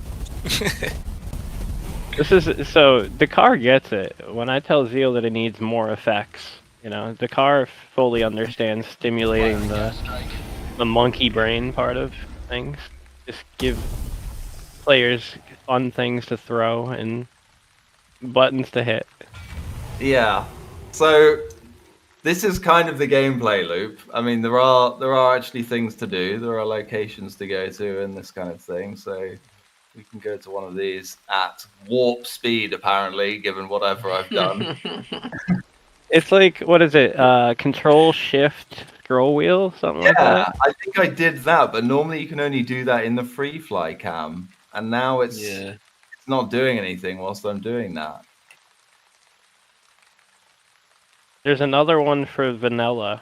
I just forget what it is, but there's another keybind that's very similar that does essentially the same thing.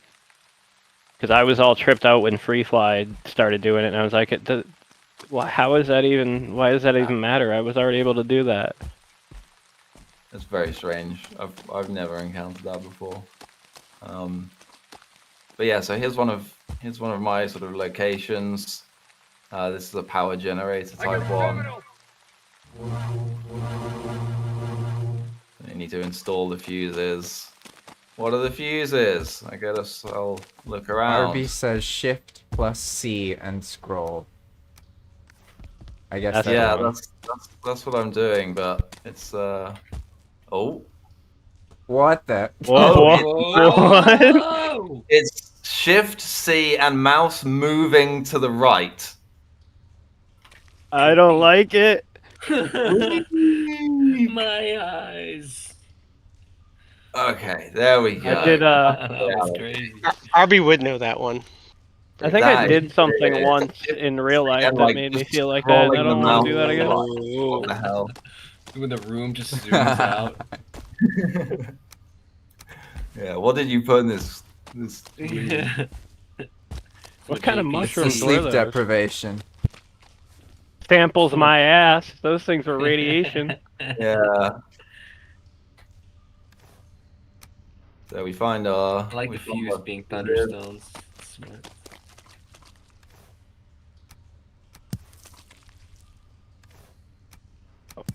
Does the Heimdivers use any mods other than like just server side or no?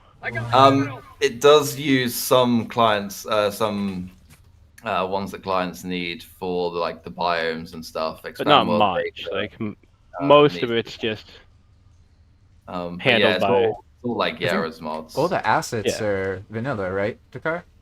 Well, except yeah, for like the all sound and the vanilla music. assets. That's crazy good. The creative uses of vanilla assets always blows my mind. Yeah, I love seeing those kind of things. Dakar's a wizard of that Like stuff. this right here. The piranha plants, like None showed earlier, that kind of thing. It's just always like super cool. I love that. Yeah, try to stay vanilla assets. Less mods, the better, you know. So Dakar, I'm go on fire. Oh, I was just gonna say, I'm definitely in agreement too. The less mods, the better. But Yes. when I have the ability to make my own, I can I can rely on myself to keep it updated, right? Music. The Yeah, music's right. on time.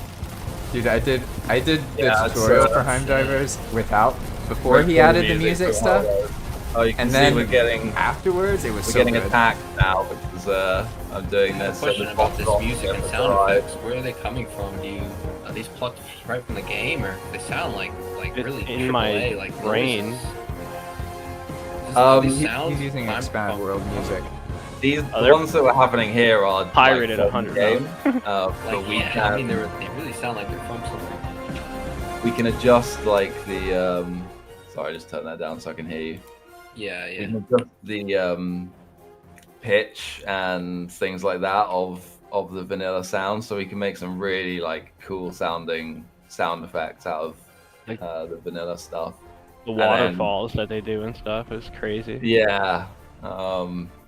And then there's a bunch of sound effects I've taken from Helldivers. So if I Oh, really? Interesting. yeah, I've if I Yeah, that's the never played music the thing. game. I'm just wondering. can- Yeah, I've never played the game, so I'm just wondering. They really sound like Calling down professionally done. supplies. Yeah, like that. going up flies, that That sounds thing, great. yeah. Calling down Over supplies. and out. That's from Helldivers. Right? They add so much to the experience. That's so good. It's It's so good. amazing. I have The vibes. Yeah, I need to get into that because those are so cool. I need to get into EWP at all. It's incredible. Yeah, What's the I learning love curve What's like there, what's JP? incredible about EWP is that you can Hard to do learn. things that are entirely vanilla friendly. You know, it's only the Is it- server is it- needs to have it. Is it hard to learn? Like, what's the learning curve on it? Like, how long did it take you to kind of get to terms with it, Dakar, JP? And you're still learning things, right? I think it feels like it comes in stages.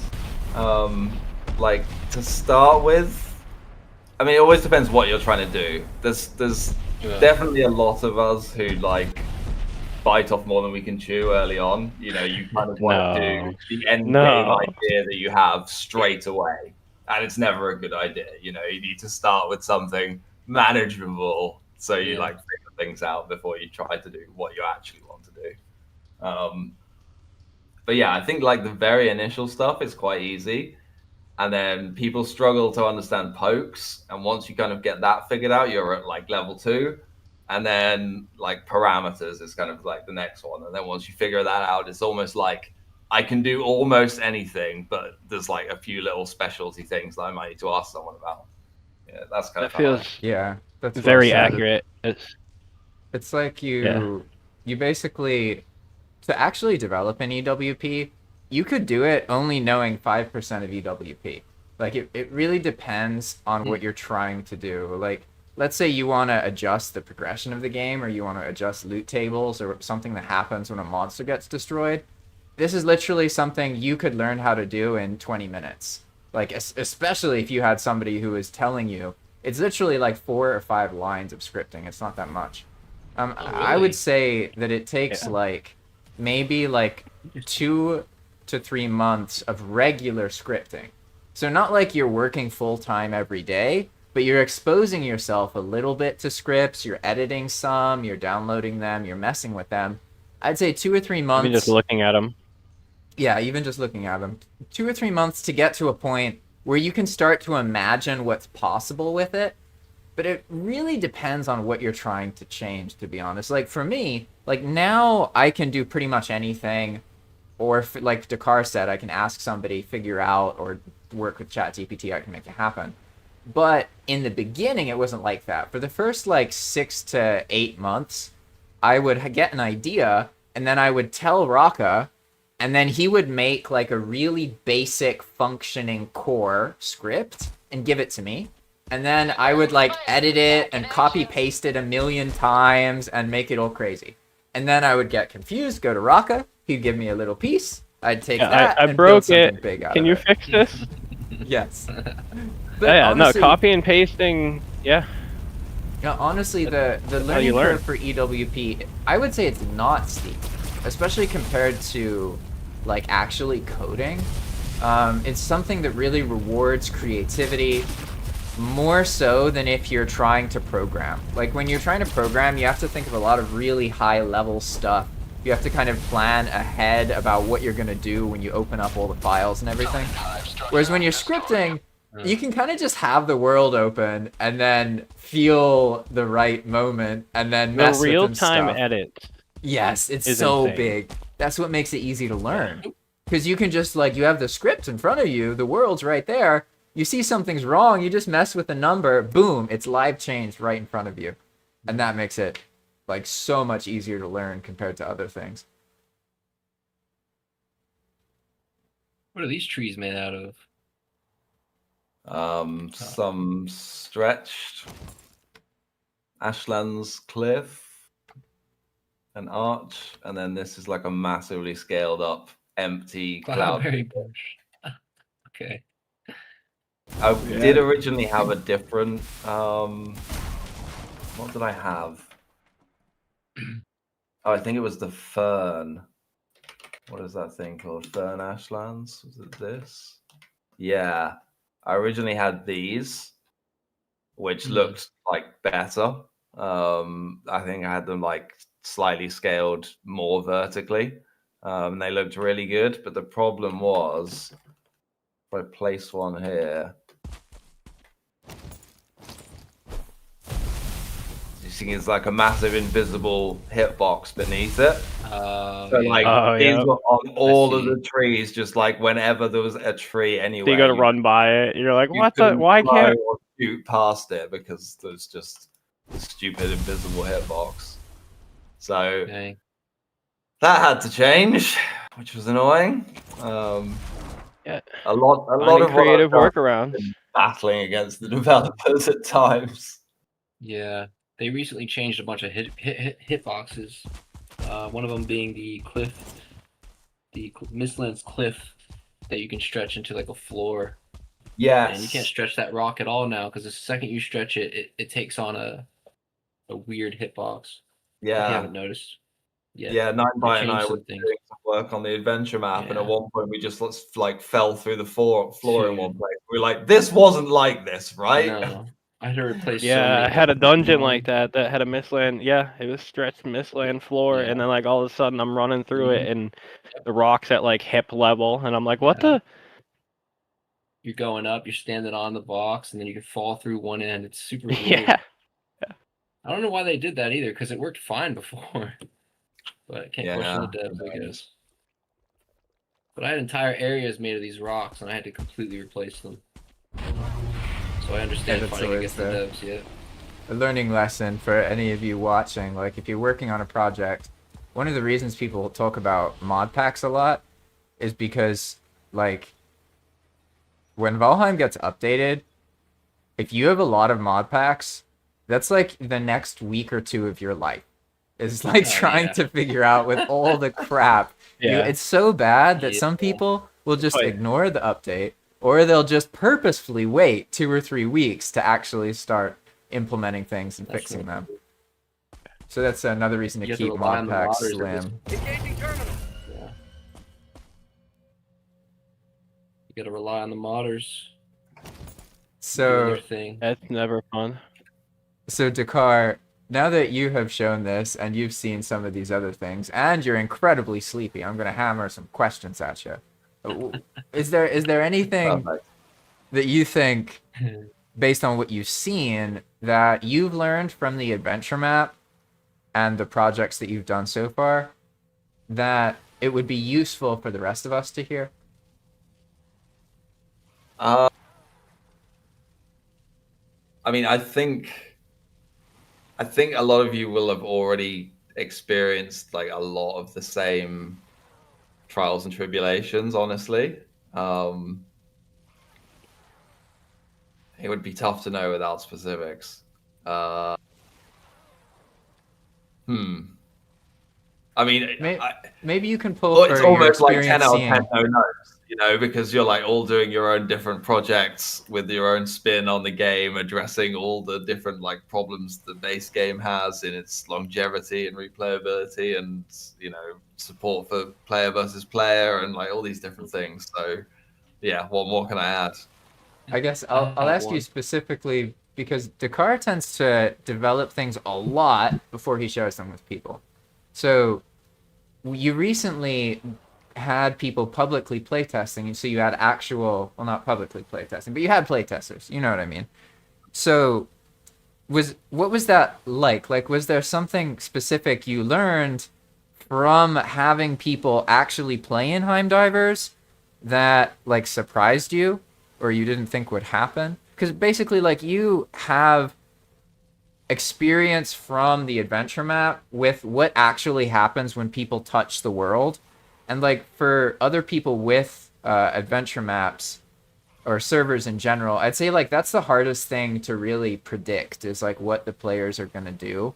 You know what I mean? So I don't know if there's anything that comes to mind when I tell you that. On that front, in the nicest possible way of saying it, assume the player is like 5 IQ, has never even turned on a computer. I said this the other day. I was just about to say that. Never underestimate. I had that conversation. Yeah. Always assume that they will like misunderstand the instructions, not read them, completely ignore what you want them Instructions to do. Like, unclear. I'm at DER. Along those lines. But yeah, I think I can already see a lot of that in what you guys are doing with your like quest design and map design and that kind of thing. So yeah, I think it's something we've all dealt with. Expect the unexpected. And those are definitely lessons that I've sort of carried forwards into Heimdivers as well. You know, trying to make things simple and easy to use and that kind of thing, which, you know, there's still more work that needs to be done. Improve the tutorial and different things like that. But to get to your question, JP, I don't think I've not really had that full experience yet, because pretty much all the people who I've let onto the server are people that I know understand how EWP works. So it was just like very, very useful feedback of like, oh, this thing, it doesn't quite work. You know, it's probably this that's broken. Or, you know, they can give me like very pointed and specific feedback. So I've not quite gone through what you've had, where it's like the very like general feeling of like, I don't like this, or this feels useless. Or, yeah. You know, your project is screwed. You're all gonna fail. You know, useful criticisms. The most valuable feedback. I can't wait for that. Yeah. Oh man. You want to see the world tree disappear? Why not? Oh yeah. Did you? I think that's his way of saying he's ready to show you the citadel. No, what's it called? The phallic. Yeah. Wait. The time of day, man. What are you doing? We can't see the sky's wait, dark. okay. I needed to make the world tree. Yeah. Well, but the world tree is reflective, right? So I needed. I to can't make even it load it disappear. on my computer. It's just crazy. All right. So this is obviously the car's blueprint, but It's what 113,000 instance blueprint The turned hell? into a 20 instance. That's so crazy, build man. piece. I've never seen this thing not at 5 frames per And second. like I've got broken shaders on it. Like I gave up working on it because this thing literally takes like Oh 10 shit. minutes just for it to load up in Unity. So I've got better versions of it, but this is a quick version just so I could show what you can do. But see, like LOD distance, you're actually, I didn't change LOD yet, so you're 3 zones away from the center of the frickin' thing by the time Yeah. you make it The to the thing- outside edge. The thing itself is bigger than like a loaded zone, isn't it? Or like it only fits if you're directly. Oh, in it's the way center? bigger. Just I so can't just so remember you exactly. all This know what thing's this massive. is. This is Dakar's it's biggest build, massive. right? It's like Yeah. 113,000 instances normally. And most of them are the black marble floor large, which is like the biggest piece we have. So it's like a very big 113. Yeah, I've got like a statistics sheet just because of seeing this thing in Unity so many different times because I screwed this up so many times. Like I said, it's screwed up right now. The problem is I saved it as a single instance, but I saved both LOD levels, so it likes to jump around like that. It shows you LOD low and high at the same time. But yeah, it's like 80,000 or maybe it's like 63,000 black marble floor large or something like that. It's insane. And then yeah. Should we try do the shift C trick? But you can, yeah, I should show it smaller. Where You can scale it. Oh my god. What? Oh yeah, yeah. I mean, this makes it much easier to see. What? So yeah, this is Bro, 113,000 instances. How the fuck?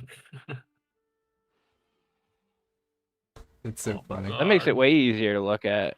Yeah. That's wild. And that's why I said I was gonna take these things and put them in a museum somewhere. You know, so like I got a little table here. I have one that's made that's one of Arby's builds, his big port town that he has.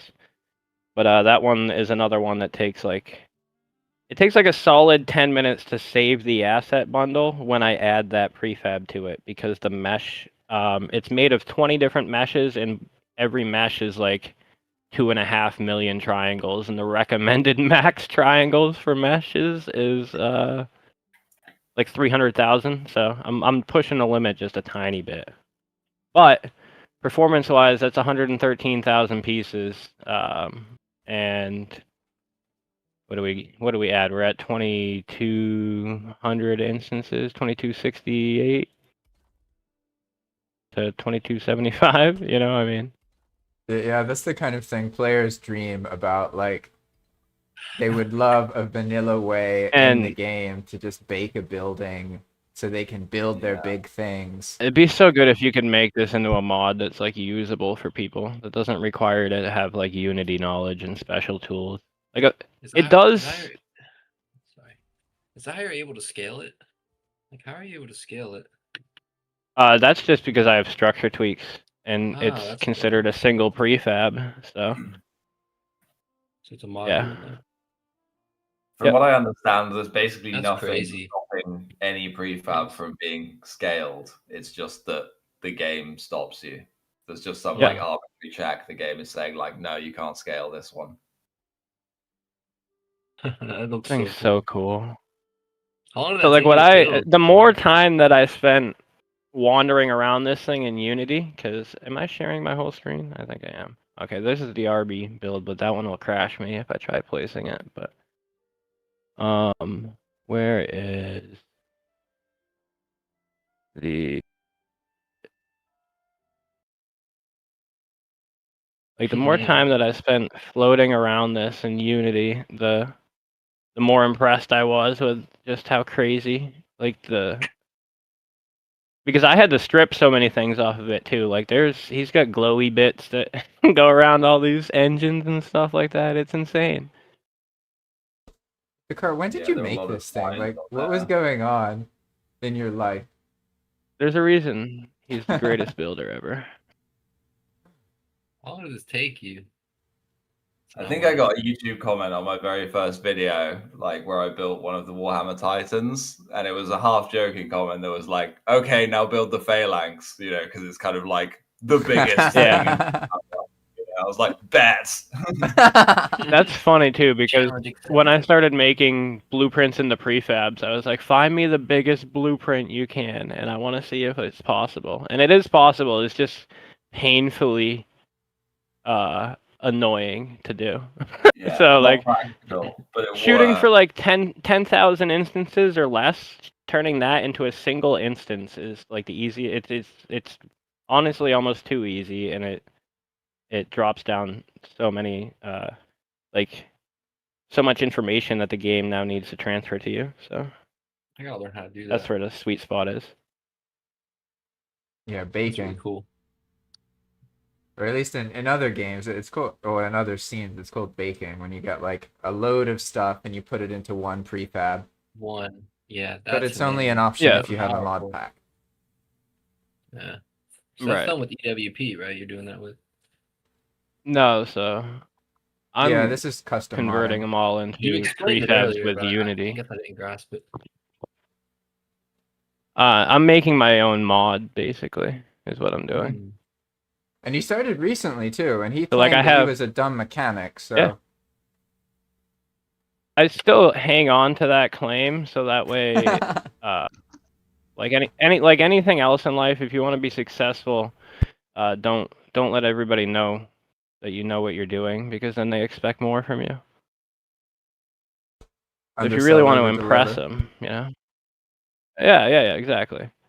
So basically, what this thing is, this is my Unity project, and what I can do is I can go into any of the blueprints that I have here, and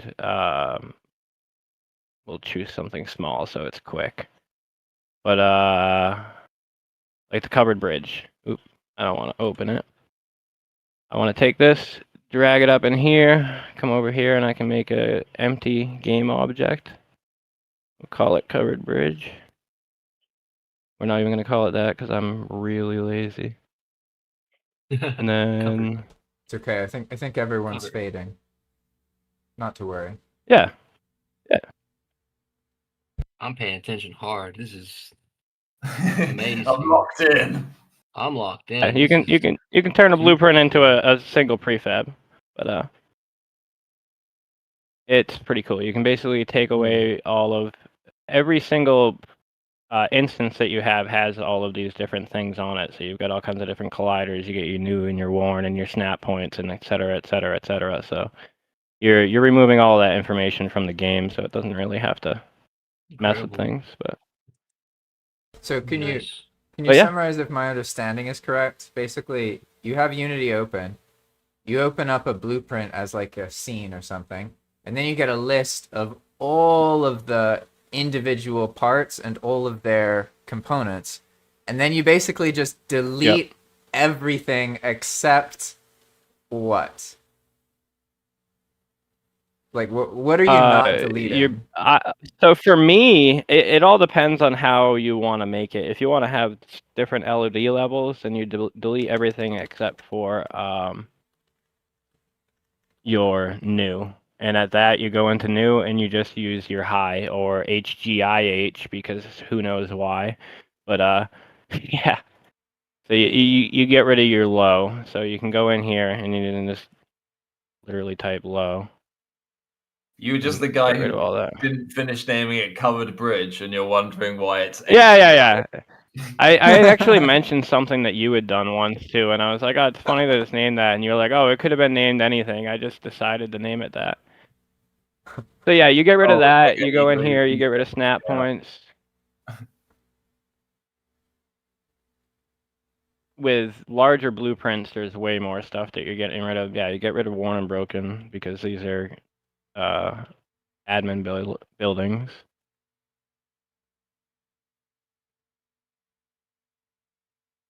But for instance, just to select all of these things, to select all of the snap points on the that big ass blueprint, I would select like do the prompt to select and walk away for 5 minutes because that's how long it would take just to select them, and then to delete them it was another 10 minutes.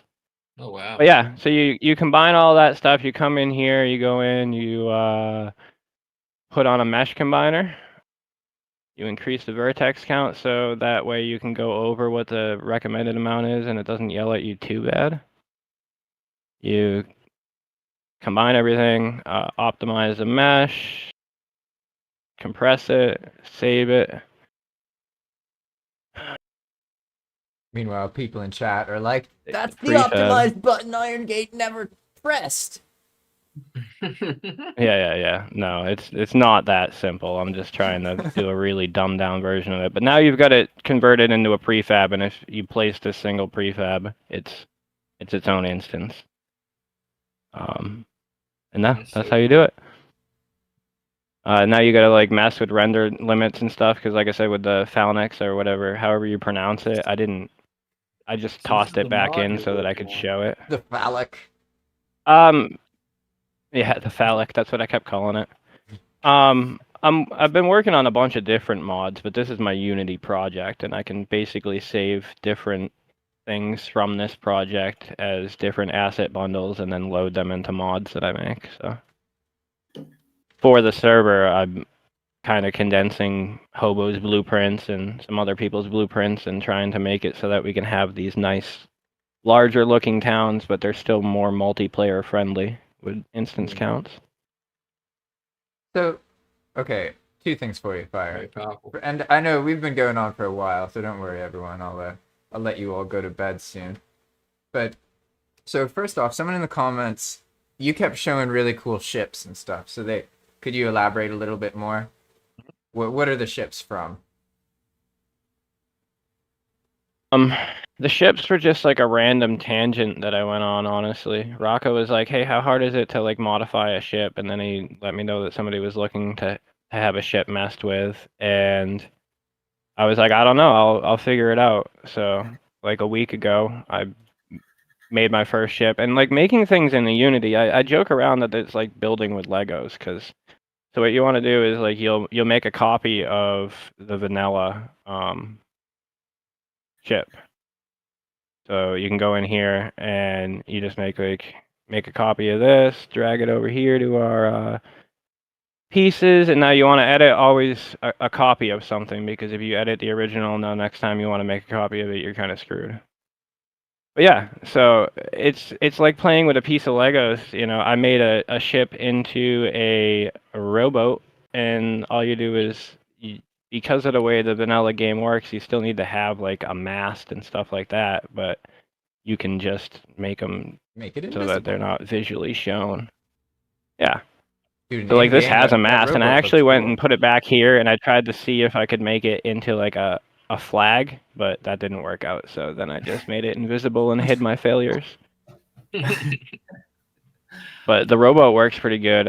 I made both rudders move, but because it works on a single pivot point, it moves really funny. So then I just made it work like a normal one. So the one rudder on this side moves and the other one stays sitting there. But yeah, so that was just like a random thing that somebody was like, "Hey, how hard is it to make a boat?" So I tried making a boat, and then I was like, there's not really any great boat mods, so maybe I could make a decent boat mod. But you just compile those into a DLL that you drag into your folder, and then you can just put them on the server as a Yep. build piece. I think this is the boat they were asking about. So where's this from? This is just a model that I found that was free. And I placed the model on top of, I think there's like 6 different ones of these because I've broken it so many times. Yeah, Pinnacle 1, 2, and 3. But I found this boat model for free and then imported it to Unity, and then I attached it to, originally this was a Dakar or Drakkar or whatever the big ship is. And then you can go in, and so here's your onboard trigger, and I just made it huge because you can get up on the crow's nest. So, Fire, maybe But something you didn't explain, maybe, is you actually have to overlay it over an existing asset to get the functionality to work, right? I do because I'm not very talented, but you could literally just build it from the ground up if you knew exactly what you needed to put on for pieces. But the easiest thing to do, like I said, is to make a copy of something and then you're overlaying it on top of that. So like this, the normal hull would be would not have that. So like your normal hull from the ship would be in here, and it is probably I might have deleted it, but yeah. Like there's the original asset without the sails. Obviously, the sails are another part of this custom now I ship. wish Valheim had an upgrade sales system. You know how easy it is to get just interject It'd things be into so my cool. brain. It's the things that I can do now. So like it started with an EWP obsession, and I was like, oh, I can really mess with the game. And then Aron's like, hey, you want to learn how to make mods? And I was like, yeah. And now I can basically just do really anything I want, and I've gone even crazier. Like it started with somebody was like, hey, you want to make me a boat? And they wanted like a little boat. So I made him a little boat. And then I was like, well, I wonder what else you could do with this. So I looked and found this model and imported this. And the hardest thing was it didn't have mesh renderers. So this is really ugly. But those are my colliders. Like I had to go in and put in all the colliders, and so So just so I understand for it anyone feels watching, all right for Valheim. or go on. Heard someone else say something. It feels all right. The collision like boxes feel all right for Valheim at least, but when you actually see what they are, it's kind of ugly. No, I mean most of the time everything's just capsule colliders, so it's always ugly in that mode, isn't it? Or like in other games. But so basically what I wanted to point out is that so like right now what Fire's been showing, if any of you know someone who's interested in this, this is like definitely something that the modding scene could use. Basically like a tool that does the process Fire just showed automatically. It wouldn't be a Valheim mod, it would be like a tool on the computer that uses Unity. So you'd need to like basically have the ability to drag and drop something into a Unity program, and then it exports after doing all the stuff Fire has done. So like it's completely possible to make a Unity-based tool that does what Fire's showing. I'm not aware of one that exists. I'm actually kind of surprised it doesn't exist because I know a lot of modders use this kind of thing. Like, I'm not really sure why that. And maybe I'm wrong. Maybe it does exist, but I've tried to find one and I haven't had any luck. Good morning, Larry Caldas, 1988. Welcome, welcome. You have caught the end of this epically long live stream. Let's see, what time is it? We've been going for 3 hours and 51 minutes. There you go. Solid. 4 hours. Yeah. Well, now we got to keep going for 9 more minutes, right? You gotta round it off. I mean, you'd be foolish not to. I'm just kidding. All right, everybody. Does anyone want to make any closing comments before I finish off here? I think that's about it. All right. Thank you all so much for your participation, and I'm really excited about this, to be honest. I learned a lot from this stream. It's definitely obvious that like people need to screen share and show their project. That works. That definitely is like a good visual. It works better than like, just describing things. And when I first planned this live stream, I kind of had it in my head we would just talk. But after seeing like each of you show your thing, I see like, oh, okay, that works. That's what I'm gonna do next time. One thing, there's a question before I end this. All right, so Fire, someone's asking you, please ask him, does he just open the drawing in Unity and then save it as a separate object?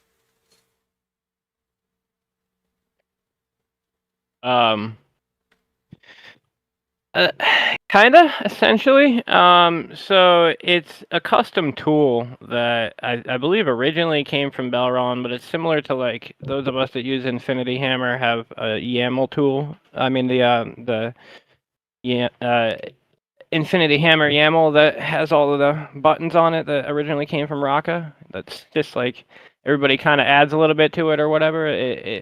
That's kind of what the tool became. This blueprint, the prefab tool.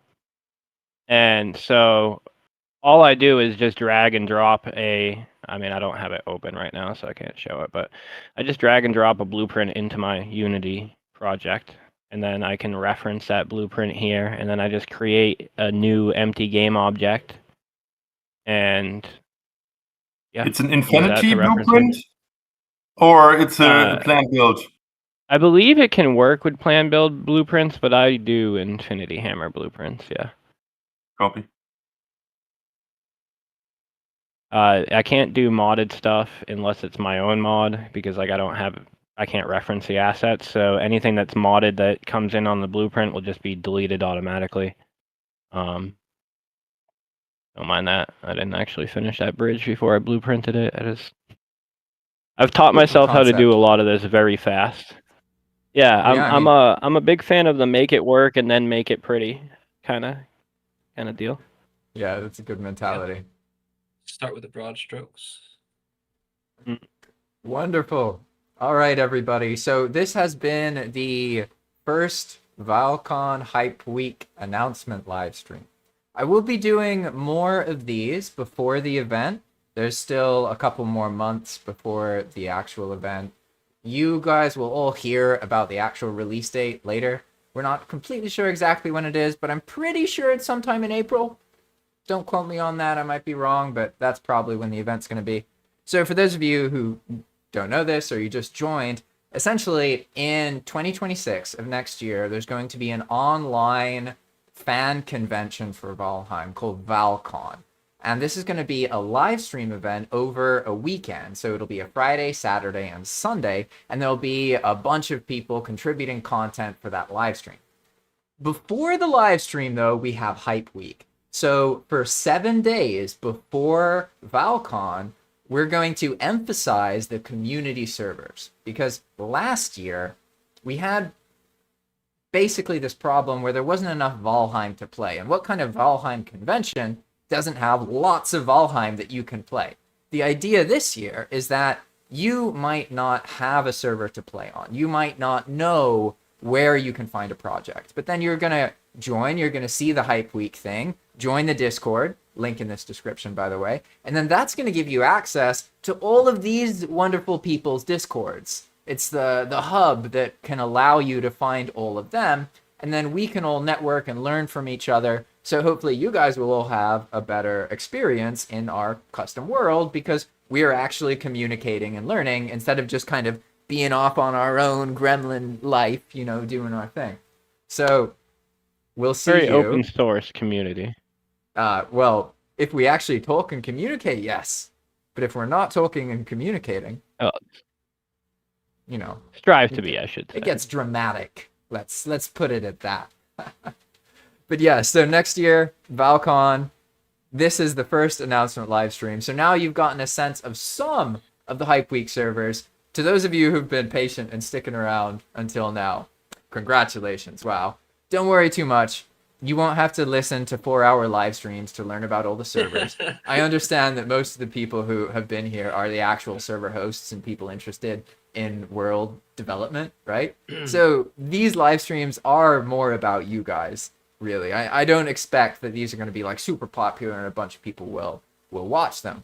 But this will get us started and it can help more people be aware of Val-Con. So that's going to be awesome. And I'm hoping that maybe like between 4 and 10 more projects will join on before the next situation. We'll have another live stream probably in a month, something like that. I don't know exactly. I'll organize it and I'll make it more friendly to the Europeans so Dakar doesn't have to stay up until 3 or 4 a.m. Poor Dakar. Yeah. All right. Any closing comments, anybody? Nothing. That was great. I'm Yeah, happy to no, see thank you for everyone hosting Appreciate you us. having me. hard and doing great things for Valheim. You know, because where the game falls short, as someone has just mentioned in the comments, we're out here doing the work, and they really ought to give more love to the modders and the people of the world. So Yeah, here's to that. and Deep optimize North the freaking game 2029. and add backpacks. Jesus Christ, inventory space. That's it. All right, everyone. So if you want to learn more about any of our projects, then just look in the description of this live stream. Or if you're on Twitch, go to my YouTube channel and look for it there. And you'll find a link to the Val-Con community Discord. Going here will give you the ability to then find all of these servers. You can read about them. You can see all the information in one place, and you won't have to watch a 4-hour live stream to find out about it. So I'll see you there. All right, everyone.